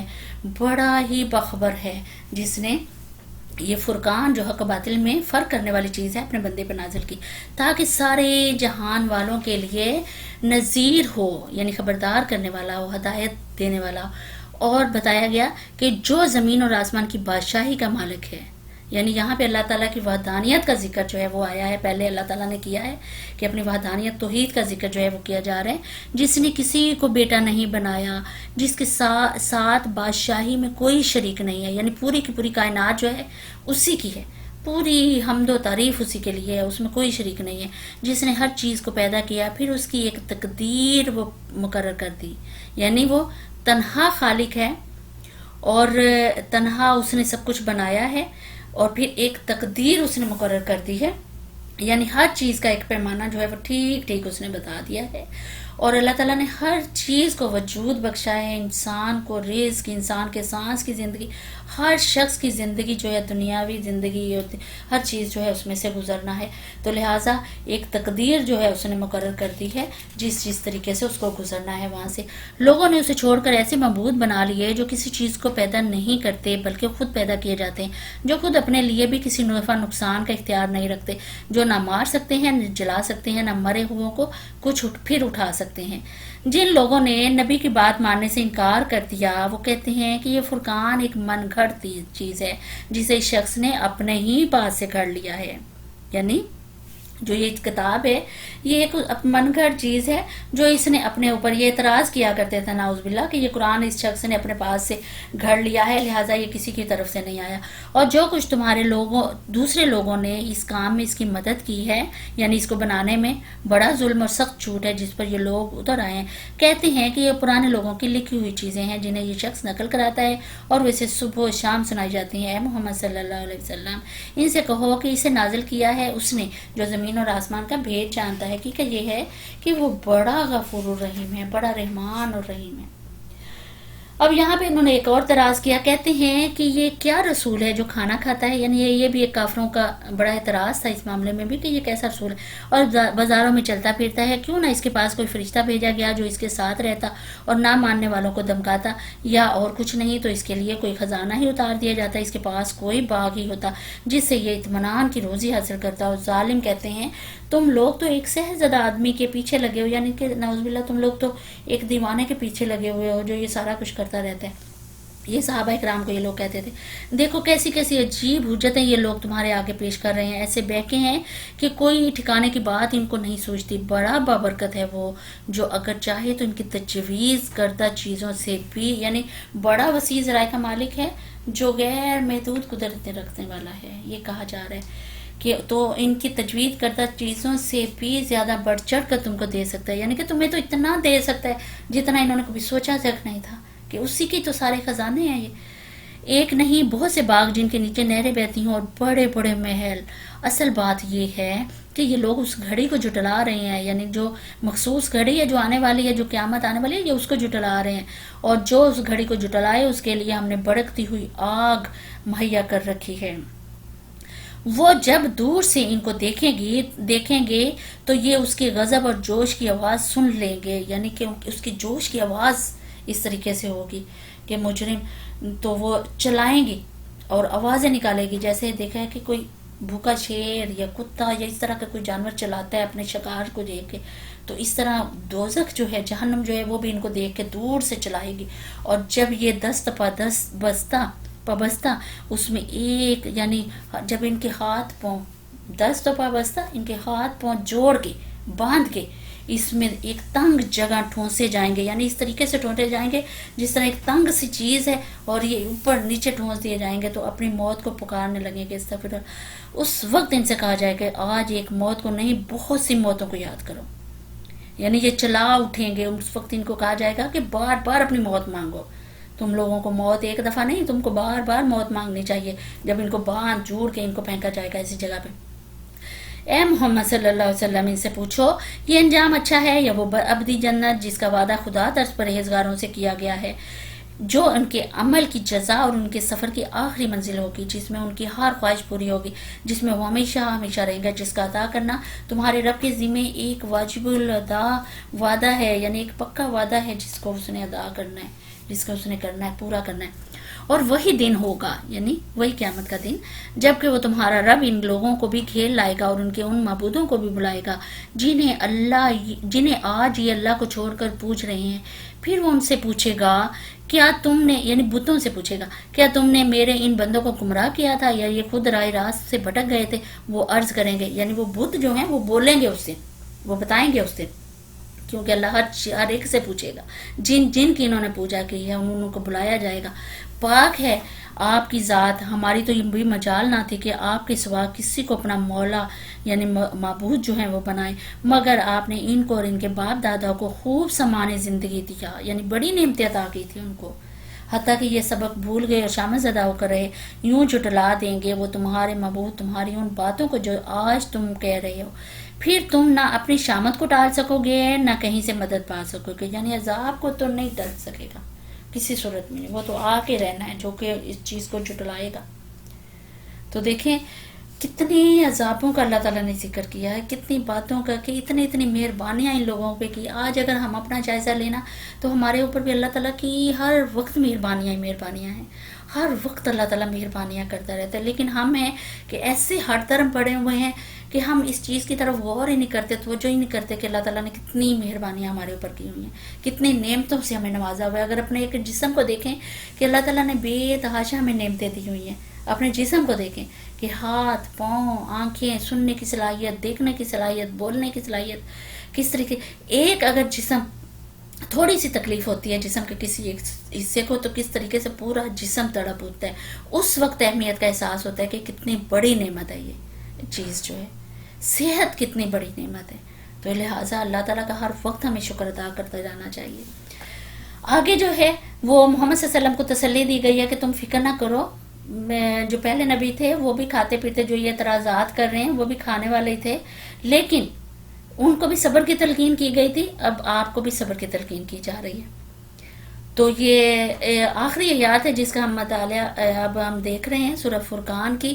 تو 18واں پارہ جو ہے ہمارا کمپلیٹ انشاءاللہ ہو جائے گا، کل پھر ہم اپنے 19ویں پارے کو دیکھیں گے۔ تو یہ آخری آیت کو دیکھتے ہیں اللہ تعالیٰ کیا فرما رہے ہیں۔ اے محمد صلی اللہ علیہ وسلم، تم سے پہلے جو رسول بھی ہم نے بھیجے تھے وہ سب بھی کھانا کھانے والے تھے اور بازاروں میں چلنے پھرنے والے لوگ ہی تھے۔ دراصل ہم نے تم لوگوں کو ایک دوسرے کے لیے آزمائش کا ذریعہ بنایا ہے، یعنی بندہ حق پر قائم رہے، اور بتایا گیا کہ یہ آزمائش ہے تمہارے اوپر، تو حق کے اوپر قائم رہنا جو ہے نا بہت زیادہ ضروری ہے۔ کیا تم صبر کرتے ہو؟ تمہارا رب سب کچھ دیکھتا ہے، یعنی وہ سب کچھ جانتا ہے۔ ایک نہ ایک دن اس کے حضور حاضر ہونا ہے، اس کو ہر نعمت کے بارے میں جواب دینا ہے، ہر چیز کے بارے میں اس کو بتانا ہوگا۔ اور یہاں پہ اللہ تعالیٰ پھر نبی صلی اللہ علیہ وسلم کو کہہ رہے ہیں کہ اے نبی، پہلے بھی لوگ، پہلے بھی جو نبی آئے تھے وہ ایسے ہی تھے، تمہاری طرح ہی تھے، جن کے اوپر یہ لوگ جو ہیں اعتراض کرتے تھے، اور وہ ایک آزمائش تھی ان لوگوں کے لیے بھی۔